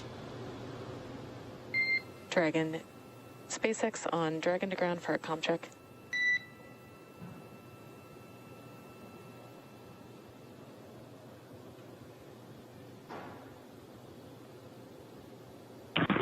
and we have you loud and clear on Dragon to ground. Awesome. We just wanted to let you know that we are about to take down the S-band path, which will take down our Dragon to ground voice communication. So from this point forward, please use the big loop.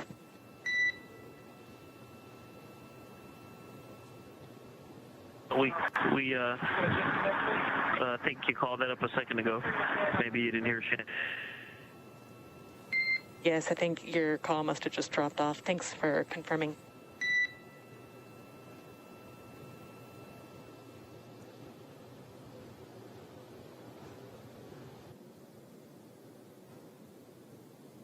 Now with some communication from the team here in Hawthorne, speaking with the crew aboard Crew Dragon, letting them know they are switching their telemetry or their sound communications lines with them. They'll now be communicating via the loops on the International Space Station.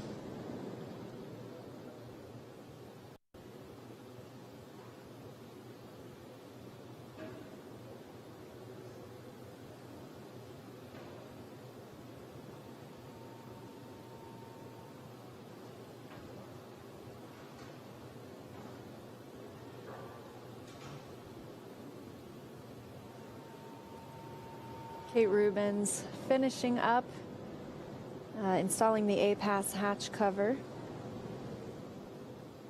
Coming up next, we'll be looking for Dragon hatch equalization, equalizing the pressure between Crew Dragon and the International Space Station, and then it will be time to welcome our 4 new crew members aboard.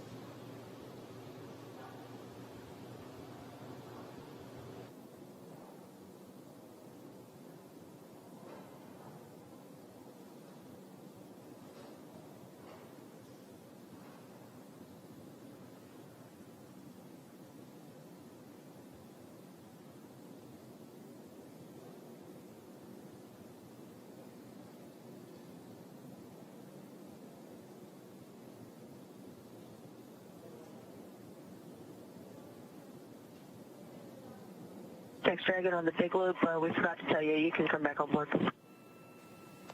We copy. Thank you so much.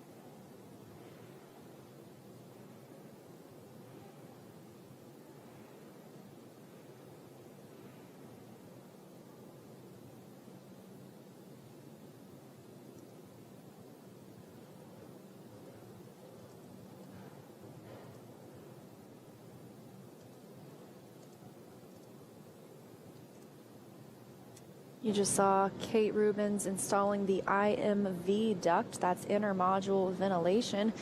That'll make sure the Crew Dragon is sharing the same air with the International Space Station, making sure that that's all being circulated in and out of the vehicle.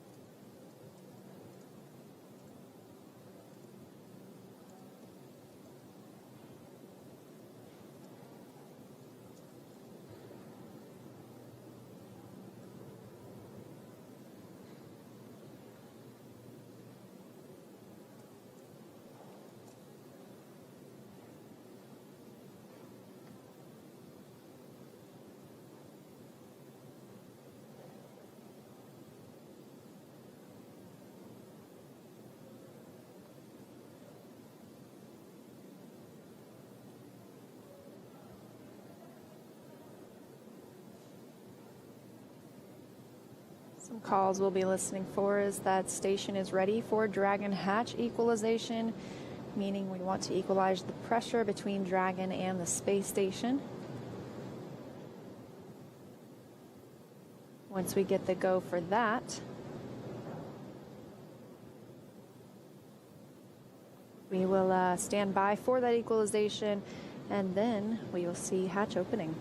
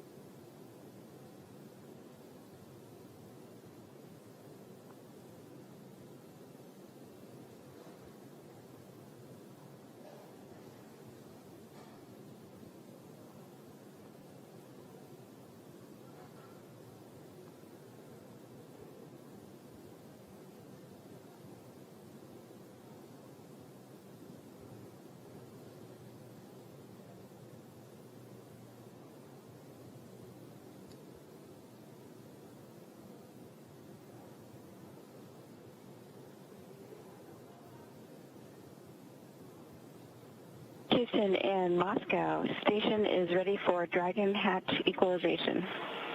Sorry, not Moscow, SpaceX.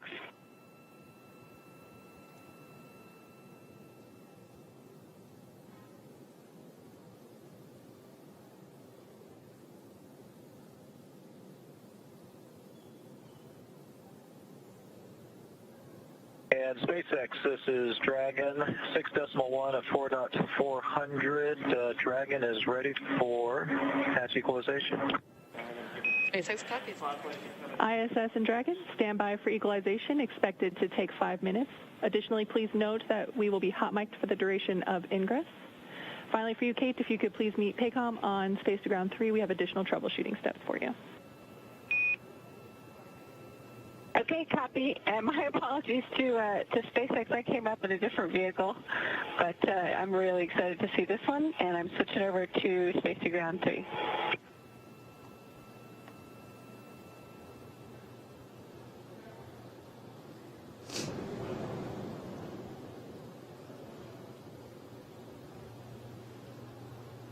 And the call we were looking for, that the International Space Station is ready for Dragon hatch equalization. We'll want to equalize the pressure between Crew Dragon and the International Space Station.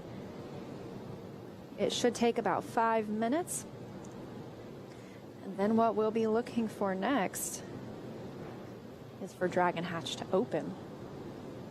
And the sensors on Dragon will actually be what we'll check to make sure that that pressure is good before we open that hatch.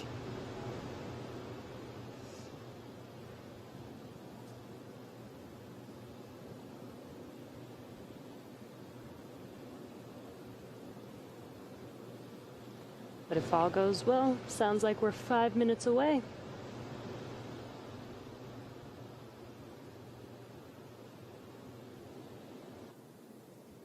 This also aligns us pretty well with our projection that it should take about 2 hours to move through these steps, anything from hatch openings to leak checks, vestibule pressurization.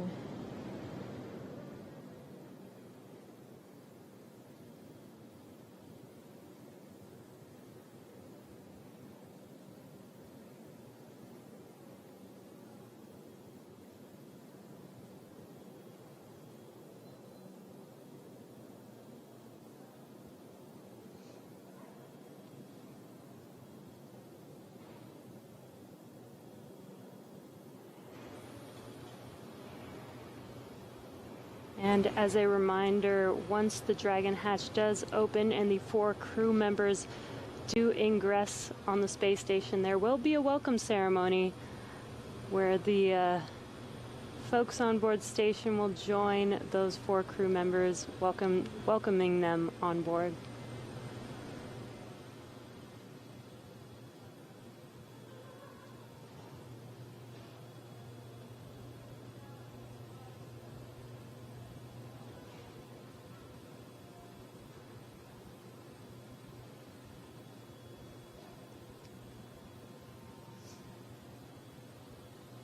We heard Kate Rubins discussing, yes, she came up on a different vehicle. She arrived on a Russian Soyuz. Her Russian counterparts on the International Space Station are Sergei Ryzhikov and Sergei Kudzverchkov. They may join for the welcome as well. I'm sure they'll be very excited to greet their new crew members.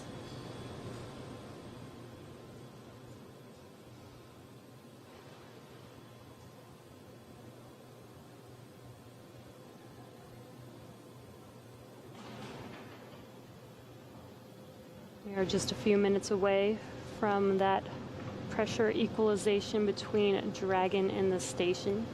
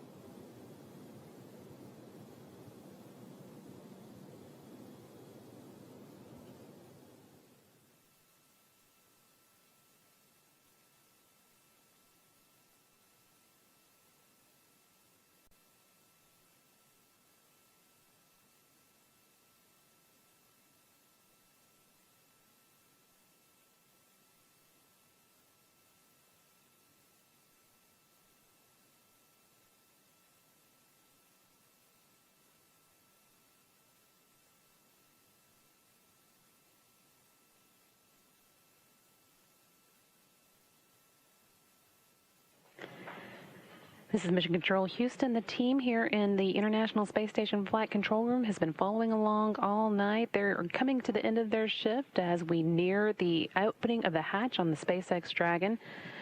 Kate Rubins has been working steadily through the procedure on her side of the hatch while the Crew Dragon crew members do their part on the other side. So we are expecting to see that just in the next few minutes. Scheduled to take place at 12:10 a.m. Central Time, but could be a little early. And once we do see all of the crew members on board together, we'll be ready to go into our welcoming ceremony that will be following that.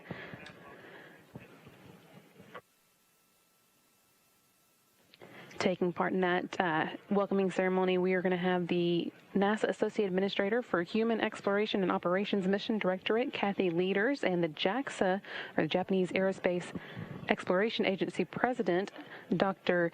Yamakawa Hiroshi. They will be talking with the crew as part of the welcoming ceremony as the Crew Dragon members, that's Mike Hopkins, Victor Glover, Shannon Walker, and Soichi Noguchi, join the Expedition 64 crew for the first time.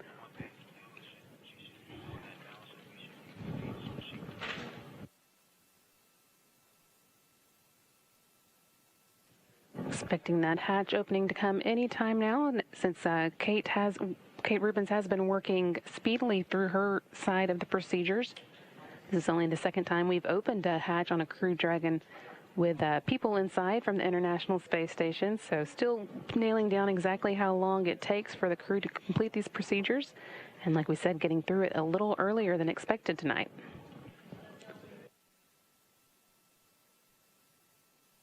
Shortly after the welcoming ceremony begins, the team here in Mission Control Houston will be handing over to their Orbit 1 counterparts, wrapping up their part in the arrival of the Dragon at the International Space Station. And of course, following the festivities, we'll have one final news conference to wrap up the activities tonight.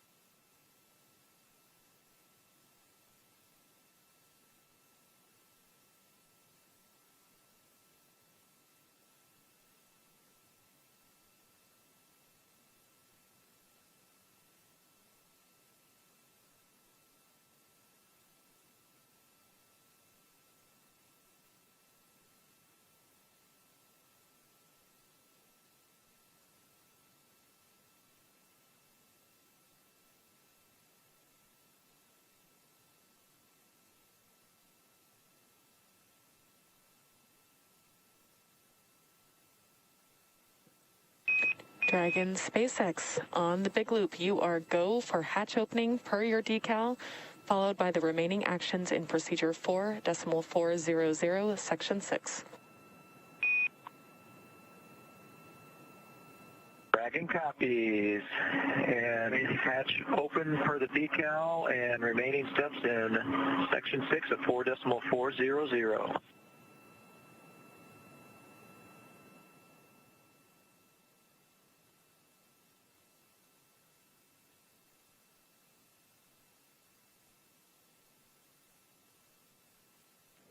Here, there, the team on the ground giving the crew on board the Crew Dragon the go to open their side of the hatch, which is what we've been waiting for. So we should be seeing them floating through across the threshold to the International Space Station momentarily.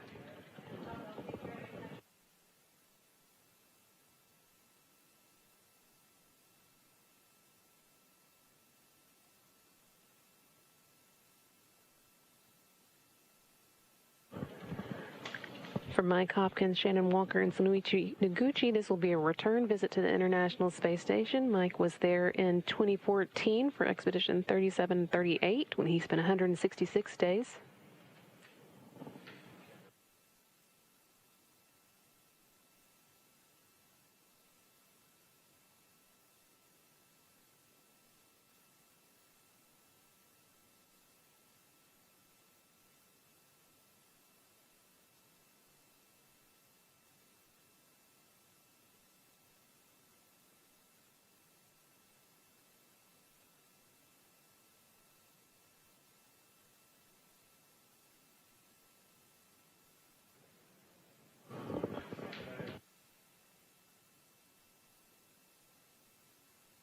SpaceX, this is Dragon on the big loop, 6.6, 4.400, hatch is open.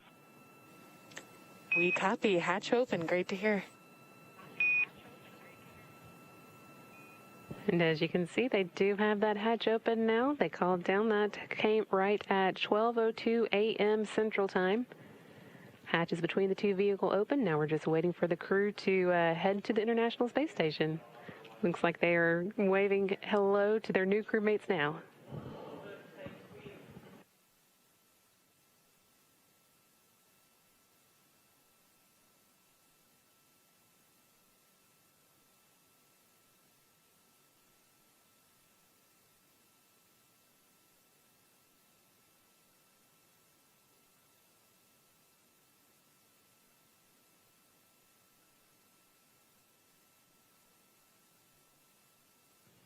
Also seeing here for the first time tonight the Roscosmos members of the crew.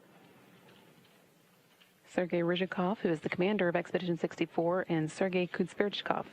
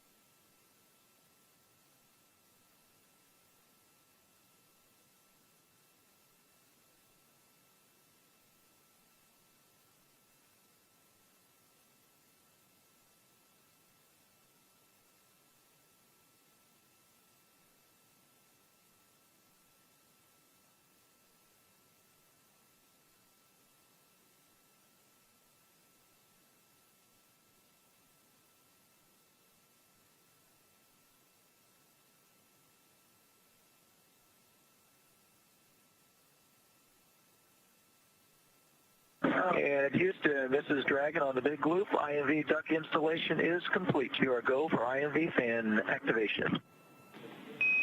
Houston copies.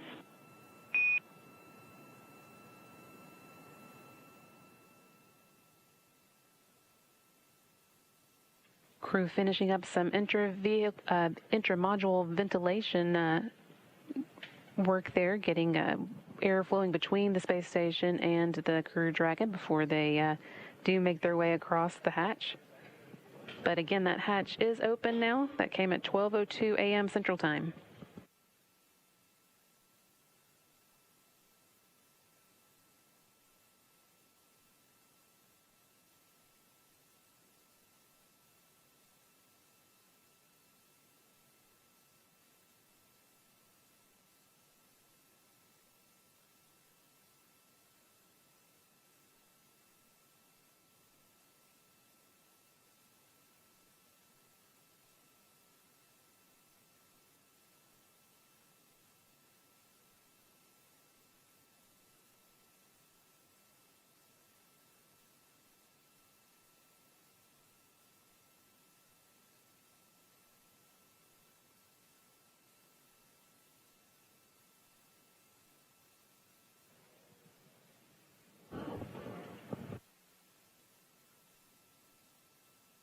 As I was saying a moment ago, this will be Mike Hopkins' second visit to the International Space Station. He was last there in 2014. Same for Shannon Walker. She was there in 2010 for Expedition 24 and 25 and spent 163 days on board the space station. Soichi Noguchi has been to the space station twice before for STS-114 in 2005 and in 2009 for Expedition 22 and 23. He's got 177 days already in space. But this will be the first time for Victor Glover to pass across the hatch and visit the International Space Station, kicking off their months-long stay in space when the space station will, for the first time, have 7 crew members on board for a full expedition.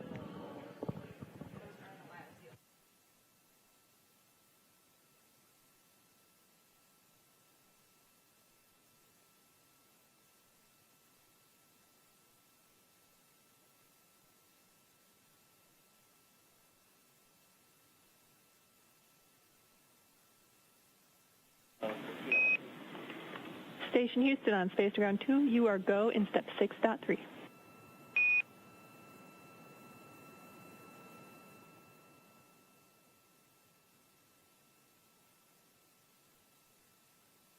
And Houston from Dragon, was that a go for us to continue? You are correct, Hopper. That's your go in step 6.3.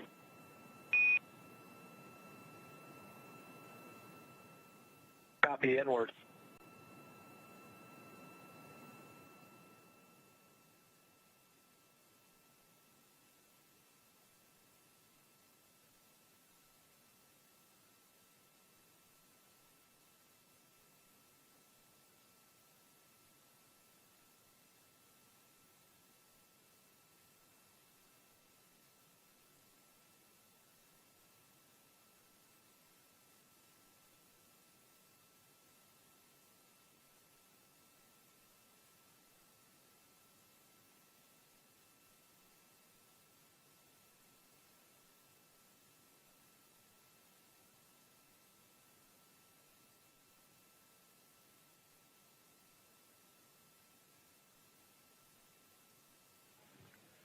Crew 1 crew members are working on a few final activities inside the Crew Dragon before they do make their way to the International Space Station.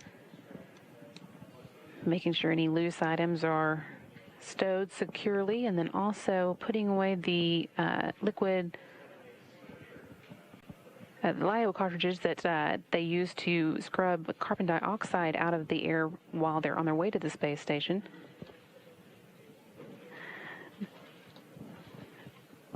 Now that they are at the space station, they don't need those any longer because they'll use the space station system for that. Again, these are just the last few items before they'll be able to ingress the space station.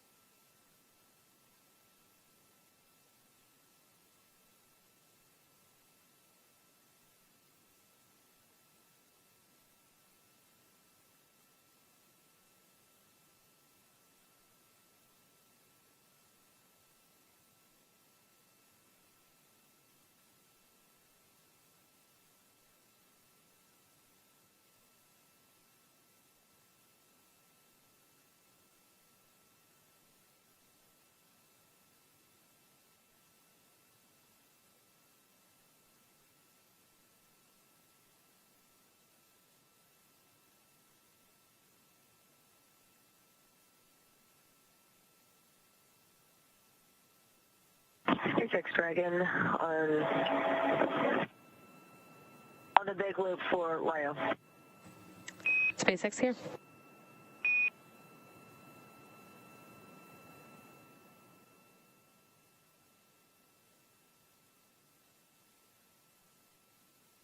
Yeah, just a question. Just want to confirm that you are supposed to put LiO cartridge 1, our original cartridge, into the active slot. That is affirmed. That is what we want you to do, please.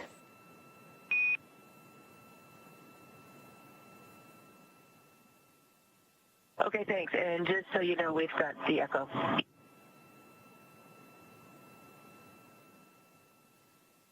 Copy.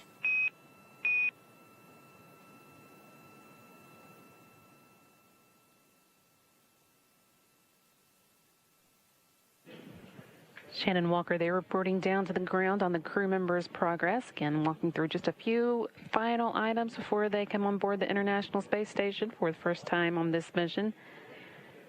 Again, they're putting away some lithium hydroxide canisters that were used to scrub carbon dioxide out of the crew members' air. No longer needed now that the Dragon is at the International Space Station.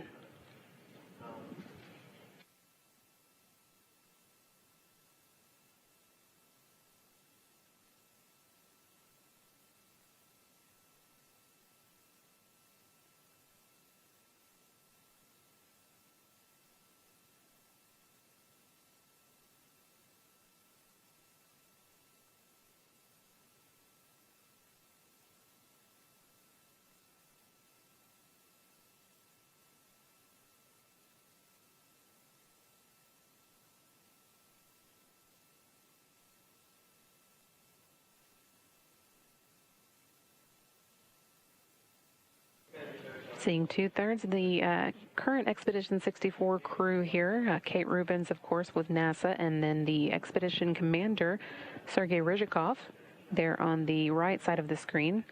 They, along with Sergei Kuzberchkov, have all been at the space station since October 14th.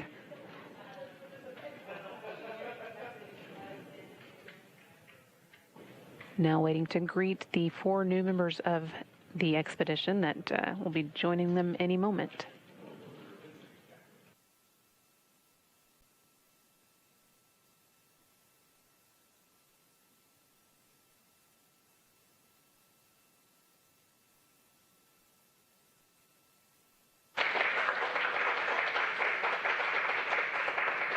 And there they are, first across the hatch, Mike Hopkins. And here's Victor Glover. You heard the crew here, the team here in Mission Control cheering to see them come across the hatch. There's Shannon Walker.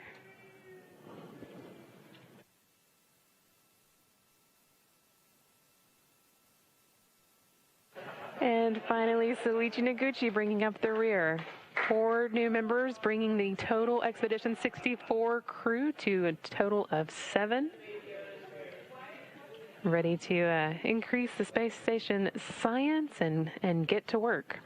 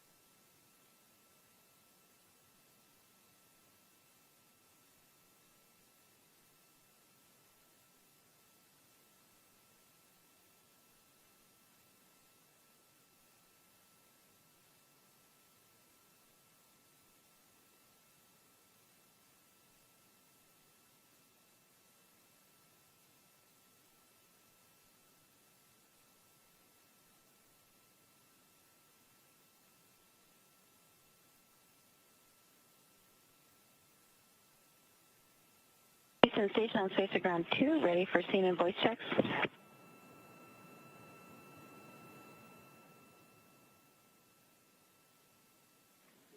And we're ready.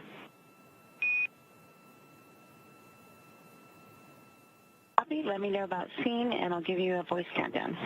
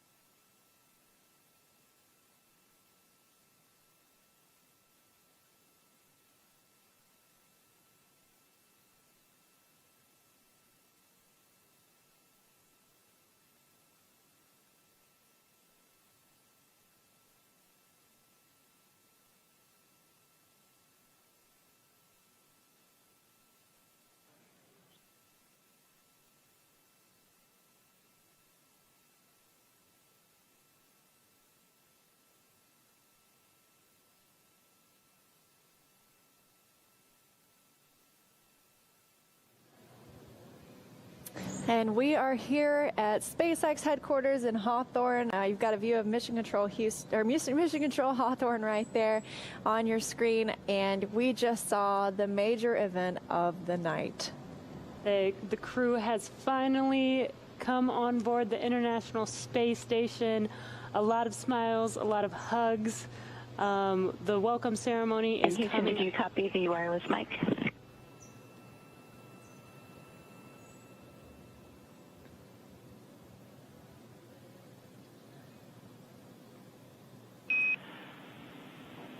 Station Houston, that's a good scene check. We're checking something here on audio, so stand by for another countdown.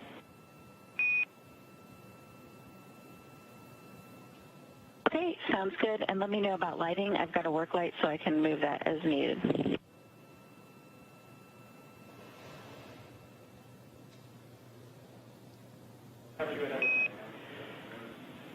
And lighting looks good, Kate. And if you could just do a quick 5 count, we'll do a quick audio check. Copy and work.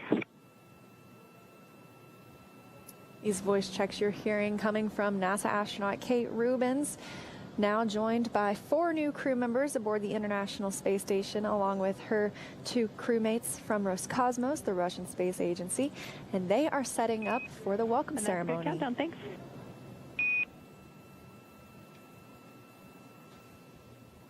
So we are standing by for that welcome ceremony coming up just a few minutes from now. Yeah, and you can hear them getting ready. They're doing all their formal checks, mic checks, to get ready to bring the crew and welcome them on board. Very excited to see this. We already saw how excited the crew members were to get on board station. I can't wait to hear them talk in a few minutes here. Yeah, absolutely. After their 27.5-hour journey to the International Space Station, finally making it to that destination. And they docked tonight at 8:01 p.m. Pacific time, 11:01 p.m. Eastern time. Right on time, essentially, at the Node 2 port aboard the International Space Station. And now they will be there for about a 6-month mission.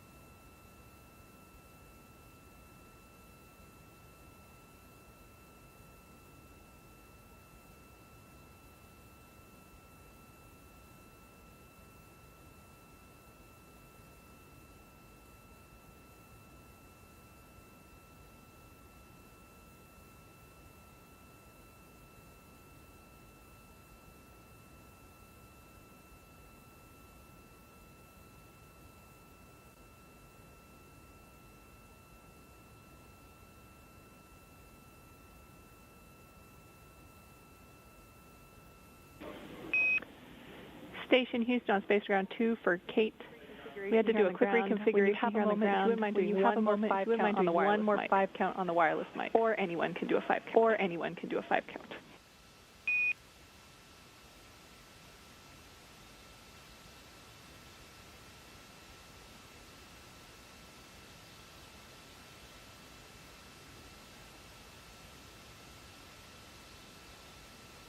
Houston Station, I'm ready for another 5 count.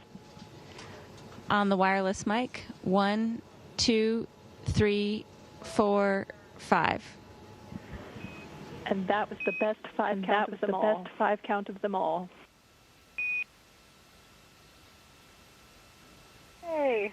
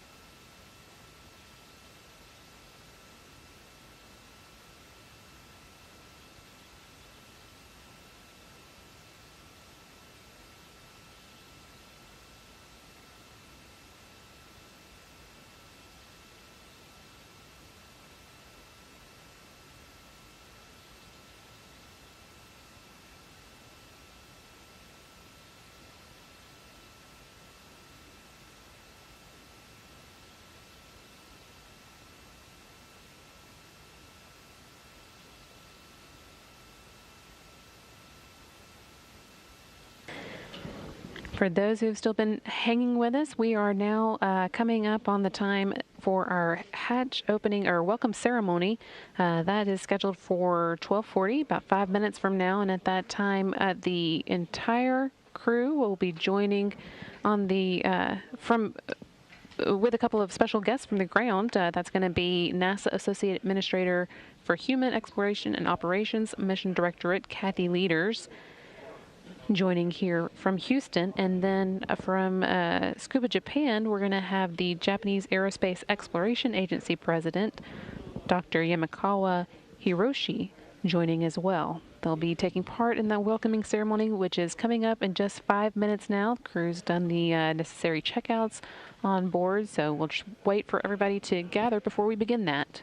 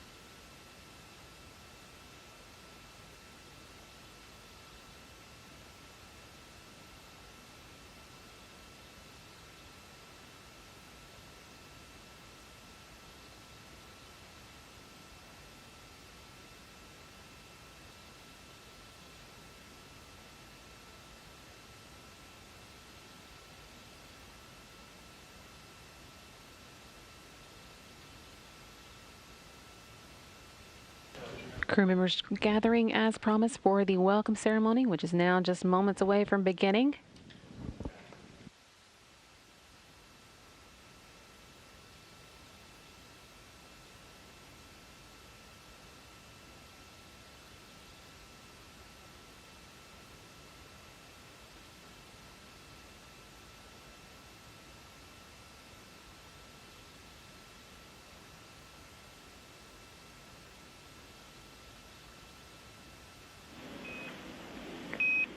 Station, this is Houston. Are you ready for the event? Houston, are you ready for the event? At Houston, this is Station. At Houston, this is Station. We are ready for the event. Mr. Morhard, please call Station for a voice check.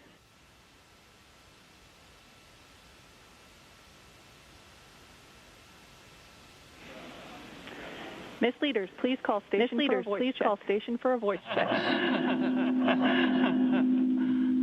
Hi, this is Kathy Leaders. Hi, this is Kathy Leaders here at the Johnson Space Center in Houston. How do you hear me? How do you hear me? Hello, Kathy. We hear you loud and clear. Wow, I can't tell you how great it was to see you all come across the hatch. It means a lot to me. It means a lot to me. On behalf of the joint SpaceX and NASA team, who you know have expended a lot of blood, sweat, and tears, and our nation, who's been following along with you as you guys have been going on your journey. I can't tell you how proud we are of you, and how much we want to congratulate you. Mission. It's been really cool to watch you.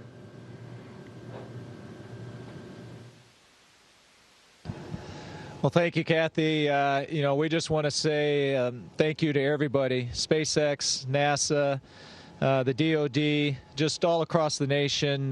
It's been an incredible journey, and it's really amazing that this is marking the start of operational crew rotation missions to the International Space Station from the Florida coast, and so it was an amazing ride. I can't tell you how excited we were when that rocket lifted off the pad, and then the last 27 hours has gone really smooth, actually. And so we are so excited to be here. We are humbled, and we are excited to be a part of this great expedition. And so we are looking forward to the next 6 months and can't wait to get started. Yeah, thank you for letting me get to say hello to you all and being there a little bit on station with you all. And I just want to tell you how proud we are of you. We're expecting a lot from you, a lot of good work up there. Not only are we proud in this nation of you, but our international partners are extremely proud of you.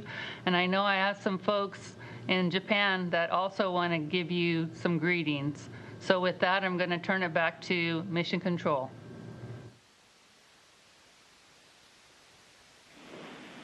Thank you, Ms. Leaders. We now welcome JAXA President Dr. Yamakawa Hiroshi to provide remarks. Dr. Yamakawa, please call station for a voice check. Station, this is Yamakawa. How do you hear me? Yamakawa-san, we hear you loud and clear. This is International Space Station.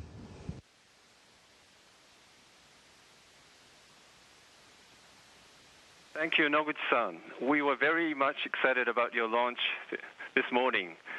It inspired courage and delight of all Japanese citizens who bear up COVID-19 pandemic.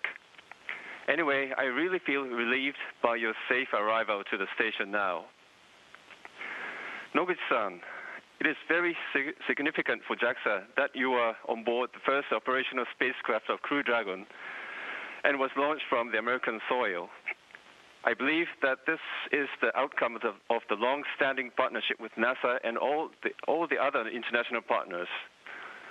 I also believe that your efforts at ISS from today will take on more importance on the ISS utilization and operations, and for future international space exploration beyond the low Earth orbit to the Moon and Mars. We are always behind you. Good luck and enjoy your time in space. 野口さん、皆さん、全集中で頑張ってください。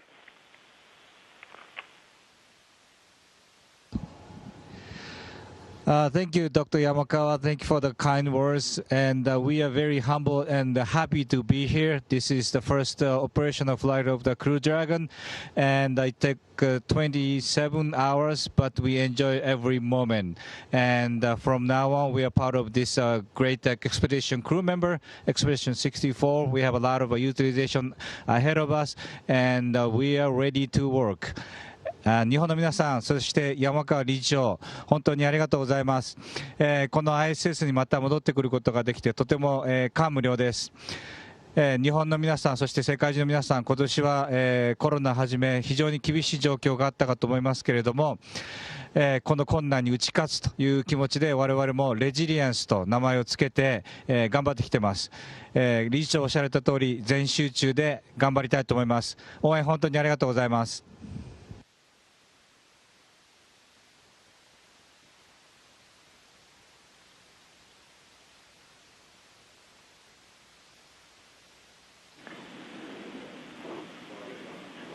Thank you, Ms. Leaders and Dr. Yamakawa, for your participation in the Crew 1 welcome ceremony. Station, we are now resuming operational audio communication.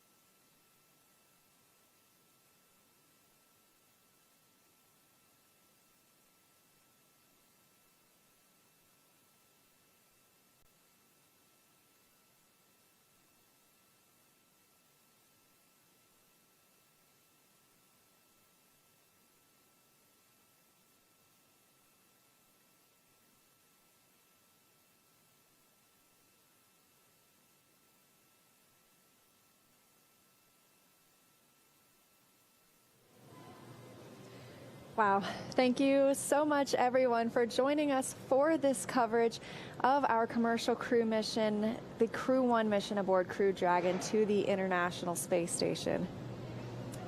We watched them all the way from suit up yesterday to ingress on the vehicle, liftoff at 7:27 p.m. Eastern Time.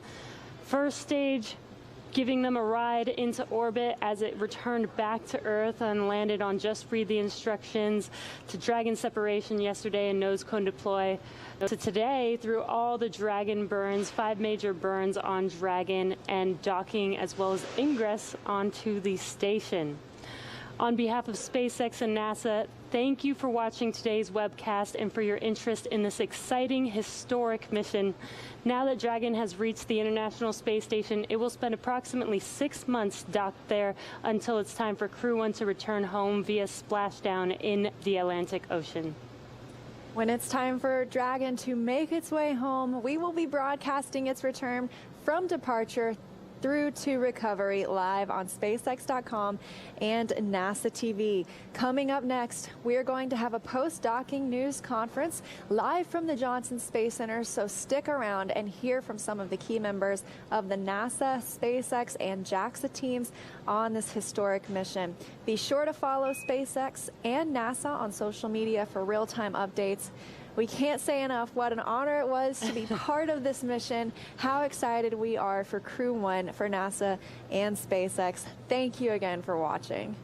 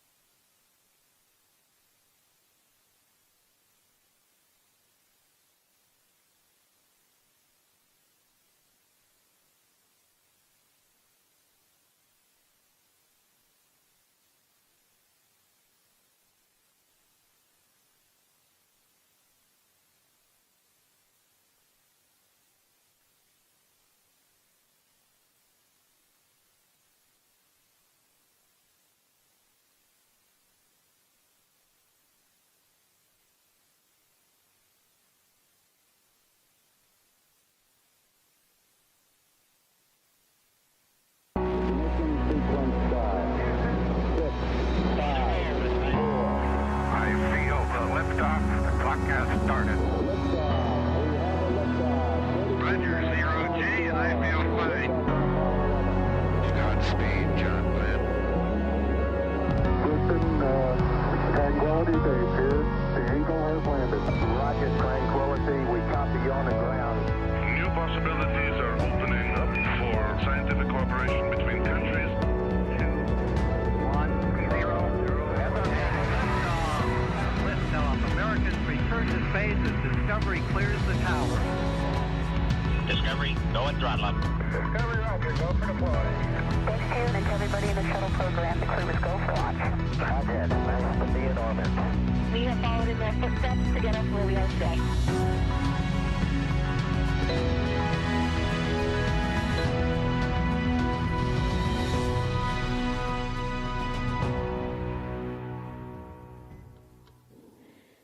Hello and welcome to the NASA's Johnson Space Center. It's been an exciting night. After 20 years of continuous human presence, the International Space Station is still marking new milestones, and as of tonight has its first long-term crew of 7 members. So we have a lot to celebrate tonight, and here to talk it over with us, we have Associate Administrator of Human Exploration and Operations, Kathy Leaders, Johnson Space Center Director Mark Geyer, and socially distanced down the hall, Deputy Commercial Crew Program Manager Vin Fang, and International Space Station Manager Joel Montalbano. We'll let them each give a few opening remarks and then open it up to questions. For media on the line, press *1 to let us know you have a question, or *2 if your question gets answered before you ask it. Let's kick it off with Kathy. Yeah, what a amazing last couple of days. I just can't tell you how wonderful it was to see the crew come through the hatch. And we've been talking a lot about all the firsts, right? This mission was a dream. It was a dream of us to be able to one day be able to have crew transportation services to the International Space Station. And today, that dream became a reality. Huge step for us, right? And it took a huge team of folks, not only SpaceX folks, but NASA folks and our federal agency friends and a whole, the DOD, a ton of people made this happen today. Just an amazing feat. Was not easy. This was hard. And then on top of it, one of the other firsts we had was we all had to do this in the time of a pandemic. I think there were some of us 6 or 7 months ago that if you would have thought about all the things that this team's had to go through, they would have just said, oh, this is too much, but it wasn't. This team has done a phenomenal job. The crew on orbit is going to do phenomenal things over this next 6 months, and we're going to keep doing crew missions, and it's the start of a new era. I'm very, very proud of the NASA, SpaceX, the agency teams, and our nation for stepping out and doing this. Thank you. Thank you, Kathy. We'll go next to Mark Geyer. Great. Thank you, Kathy. And I want to thank you for your leadership, especially in making this happen. It is a terrific day for NASA and for the country in general. It's really exciting to see the 7 crew members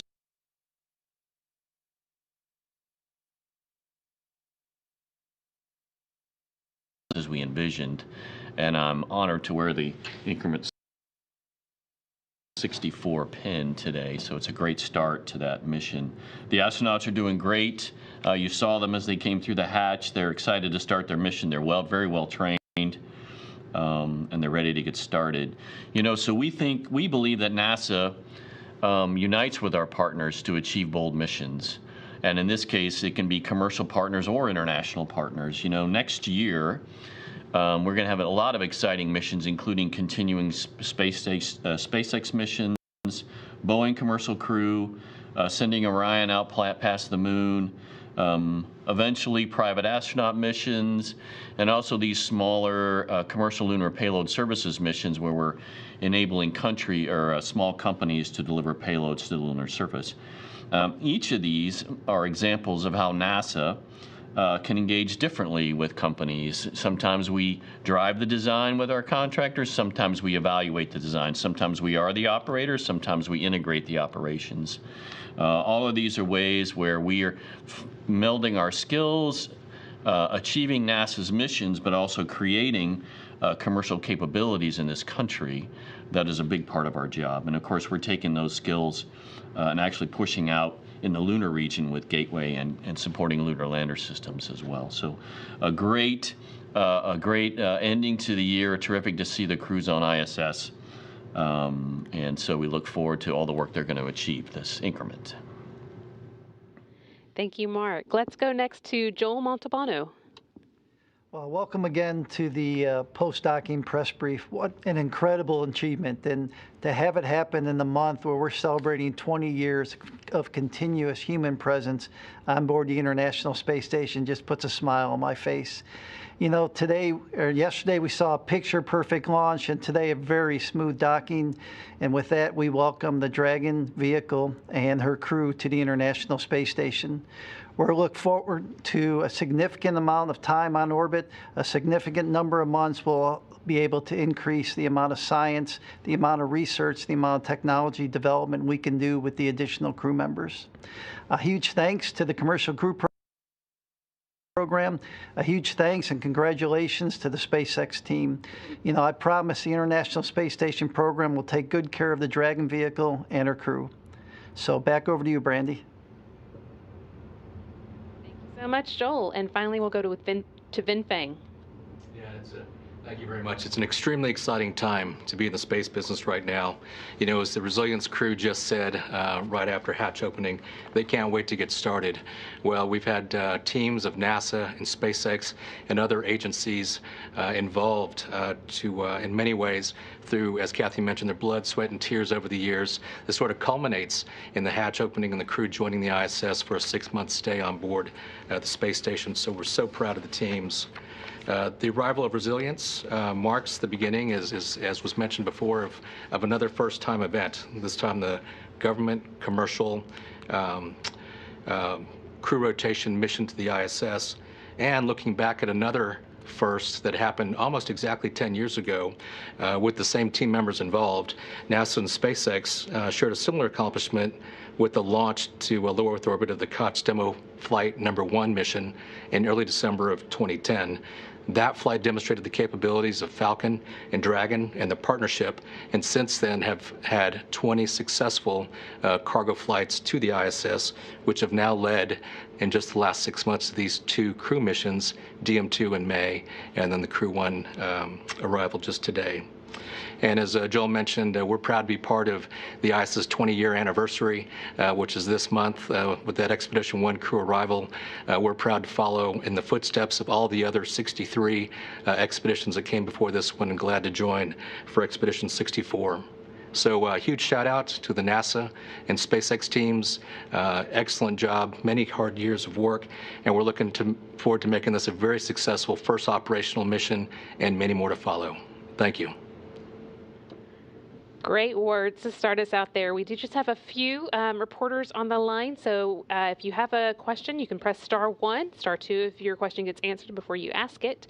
And as we call on you, if you could direct your question to who you would like to answer it. Let's start with Reuters. Doing this, and congrats on a successful flight. I guess this question could be for anybody who wants to answer. I was wondering if there's any kind of bidding or quarrels over who gets to sleep in Crew Dragon, and I was wondering what kind of value will having someone sleep in Crew Dragon provide to SpaceX and NASA. Are you guys getting any data out of that, or what kind of tests are you going to perform with that? Thanks. Yeah, I think our plan is to have Hopper sleep in the Dragon. It's been checked out operationally, ventilation, caution and warning, and so forth. So I think it's going to be an excellent opportunity to use that and test it out as a habitable module. And so that's our current plan, and we look forward to learning a lot. And we think it's going to be very comfortable, modern accommodations for them.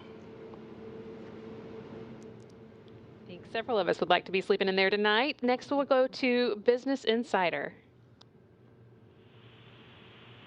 Hi, Hi, thanks for doing this, and congrats, everybody. This question is for Kathy. You've got a long mission ahead. What are you most looking forward to, and what's going to keep you up at night, if anything, over the next 6 months? Thanks.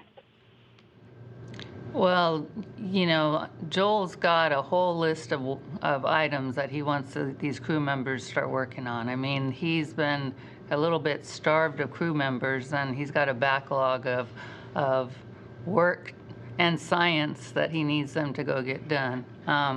You know, when you have people on board, you always are maintaining vigilance and making sure, just like we do with station, this having Dragon up there just means we have more people on orbit that we always are thinking of and making sure that we're taking care of them.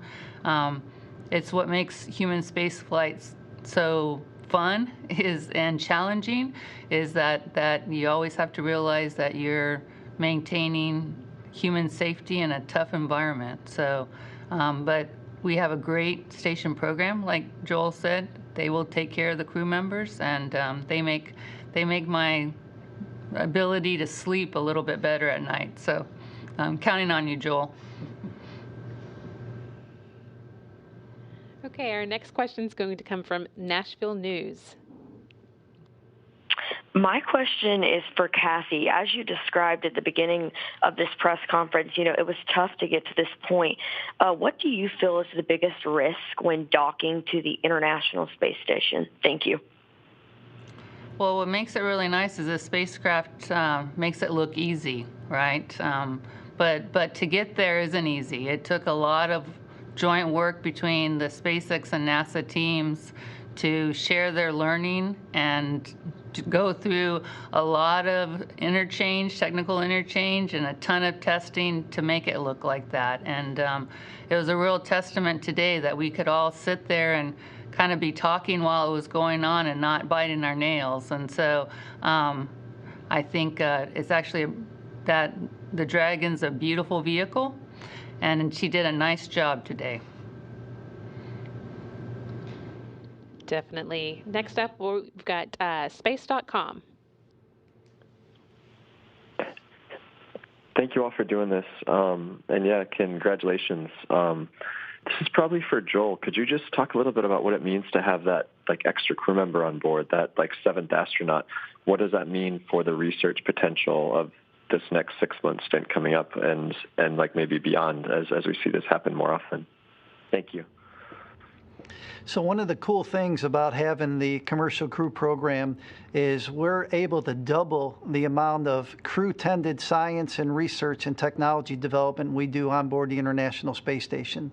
So with 3 crew members, we were averaging about 35 hours a week of crew-tended science and research. With the 4th crew member, that person's time, the equivalent time, is dedicated to science and utilization and research, so 70 hours. So we'll have be able to do 70 hours with the 4 crew members. So with that, it kind of sets the standard for us for these next years as we continue to develop the International Space Station, continue to use it, and allow us to do not only the science and research we have, but technology demonstration that will help us with the Artemis program. Okay, and I think we have a follow-up next from Business Insider. We do have time for just a couple of follow-ups, so if you do have another question, you can press *1 again, but we'll try and keep it short because I know these guys have been up for a while. Business Insider next. Hi, yeah, thanks for taking another question from me. I guess this question is also for Kathy or for anybody else who feels they can answer it.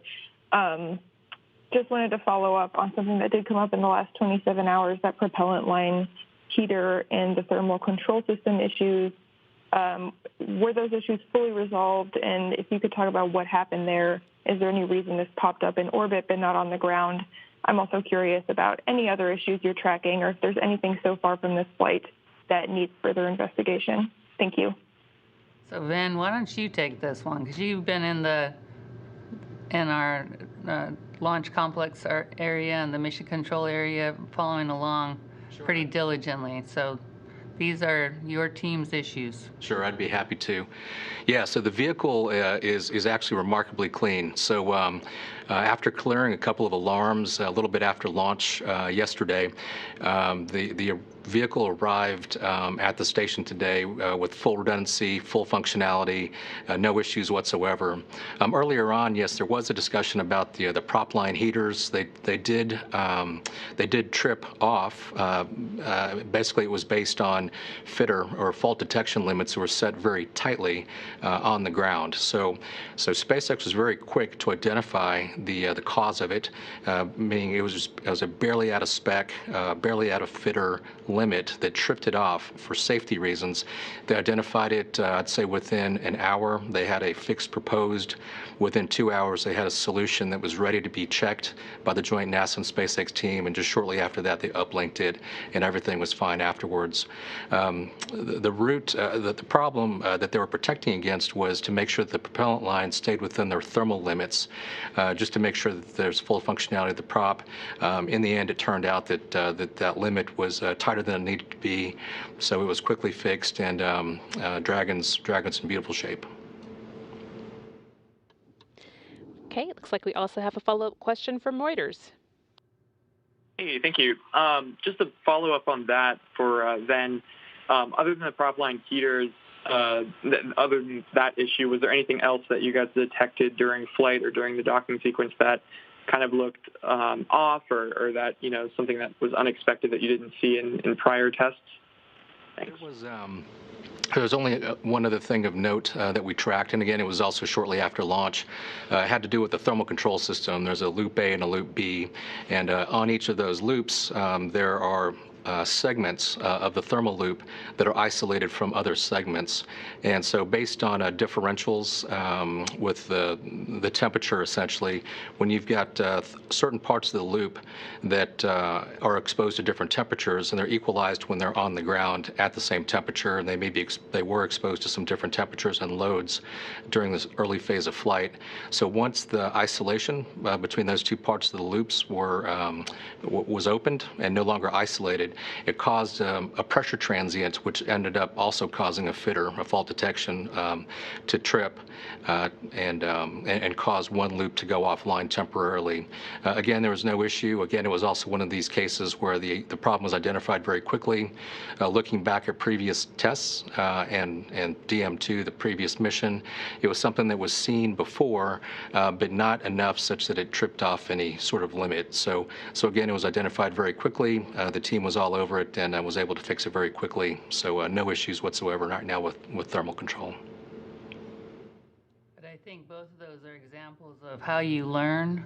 You learn how your system operates while you're flying, and kind of how to operate it in a way and how it's going to operate on orbit. So like we had mentioned in the question, was it something that you learned while you're flying? Yes, those are both things that, from a system perspective, are pretty normal things that you learn while you're starting to bring on a new system. I think it's prudent. Folks have been very cautious in setting those limits, and so yeah, absolutely. You learn with thermal, you have convection on the ground, and you have other effects, and you can't simulate all of those. So we do put in limits which are tight so that we can see those far before they end up becoming problematic, and that was the case here. Okay, that looks like our last question. Thank you so much to our briefers and also to the reporters who stuck with us through the long operations tonight. I think it was well worth the wait. It's great to have Crew Dragon at the International Space Station tonight. And just a reminder that you can tune back into NASA TV on Wednesday morning to see the two Russian members of the space station crew take a spacewalk. Sergei Ryzhikov and Sergei Kuznetsov will be going outside the Poisk module to do some work preparing for the arrival of a new Russian research module. Coverage will begin at 7:30 a.m. Central Time, and the spacewalk is expected to start at 8:30 a.m.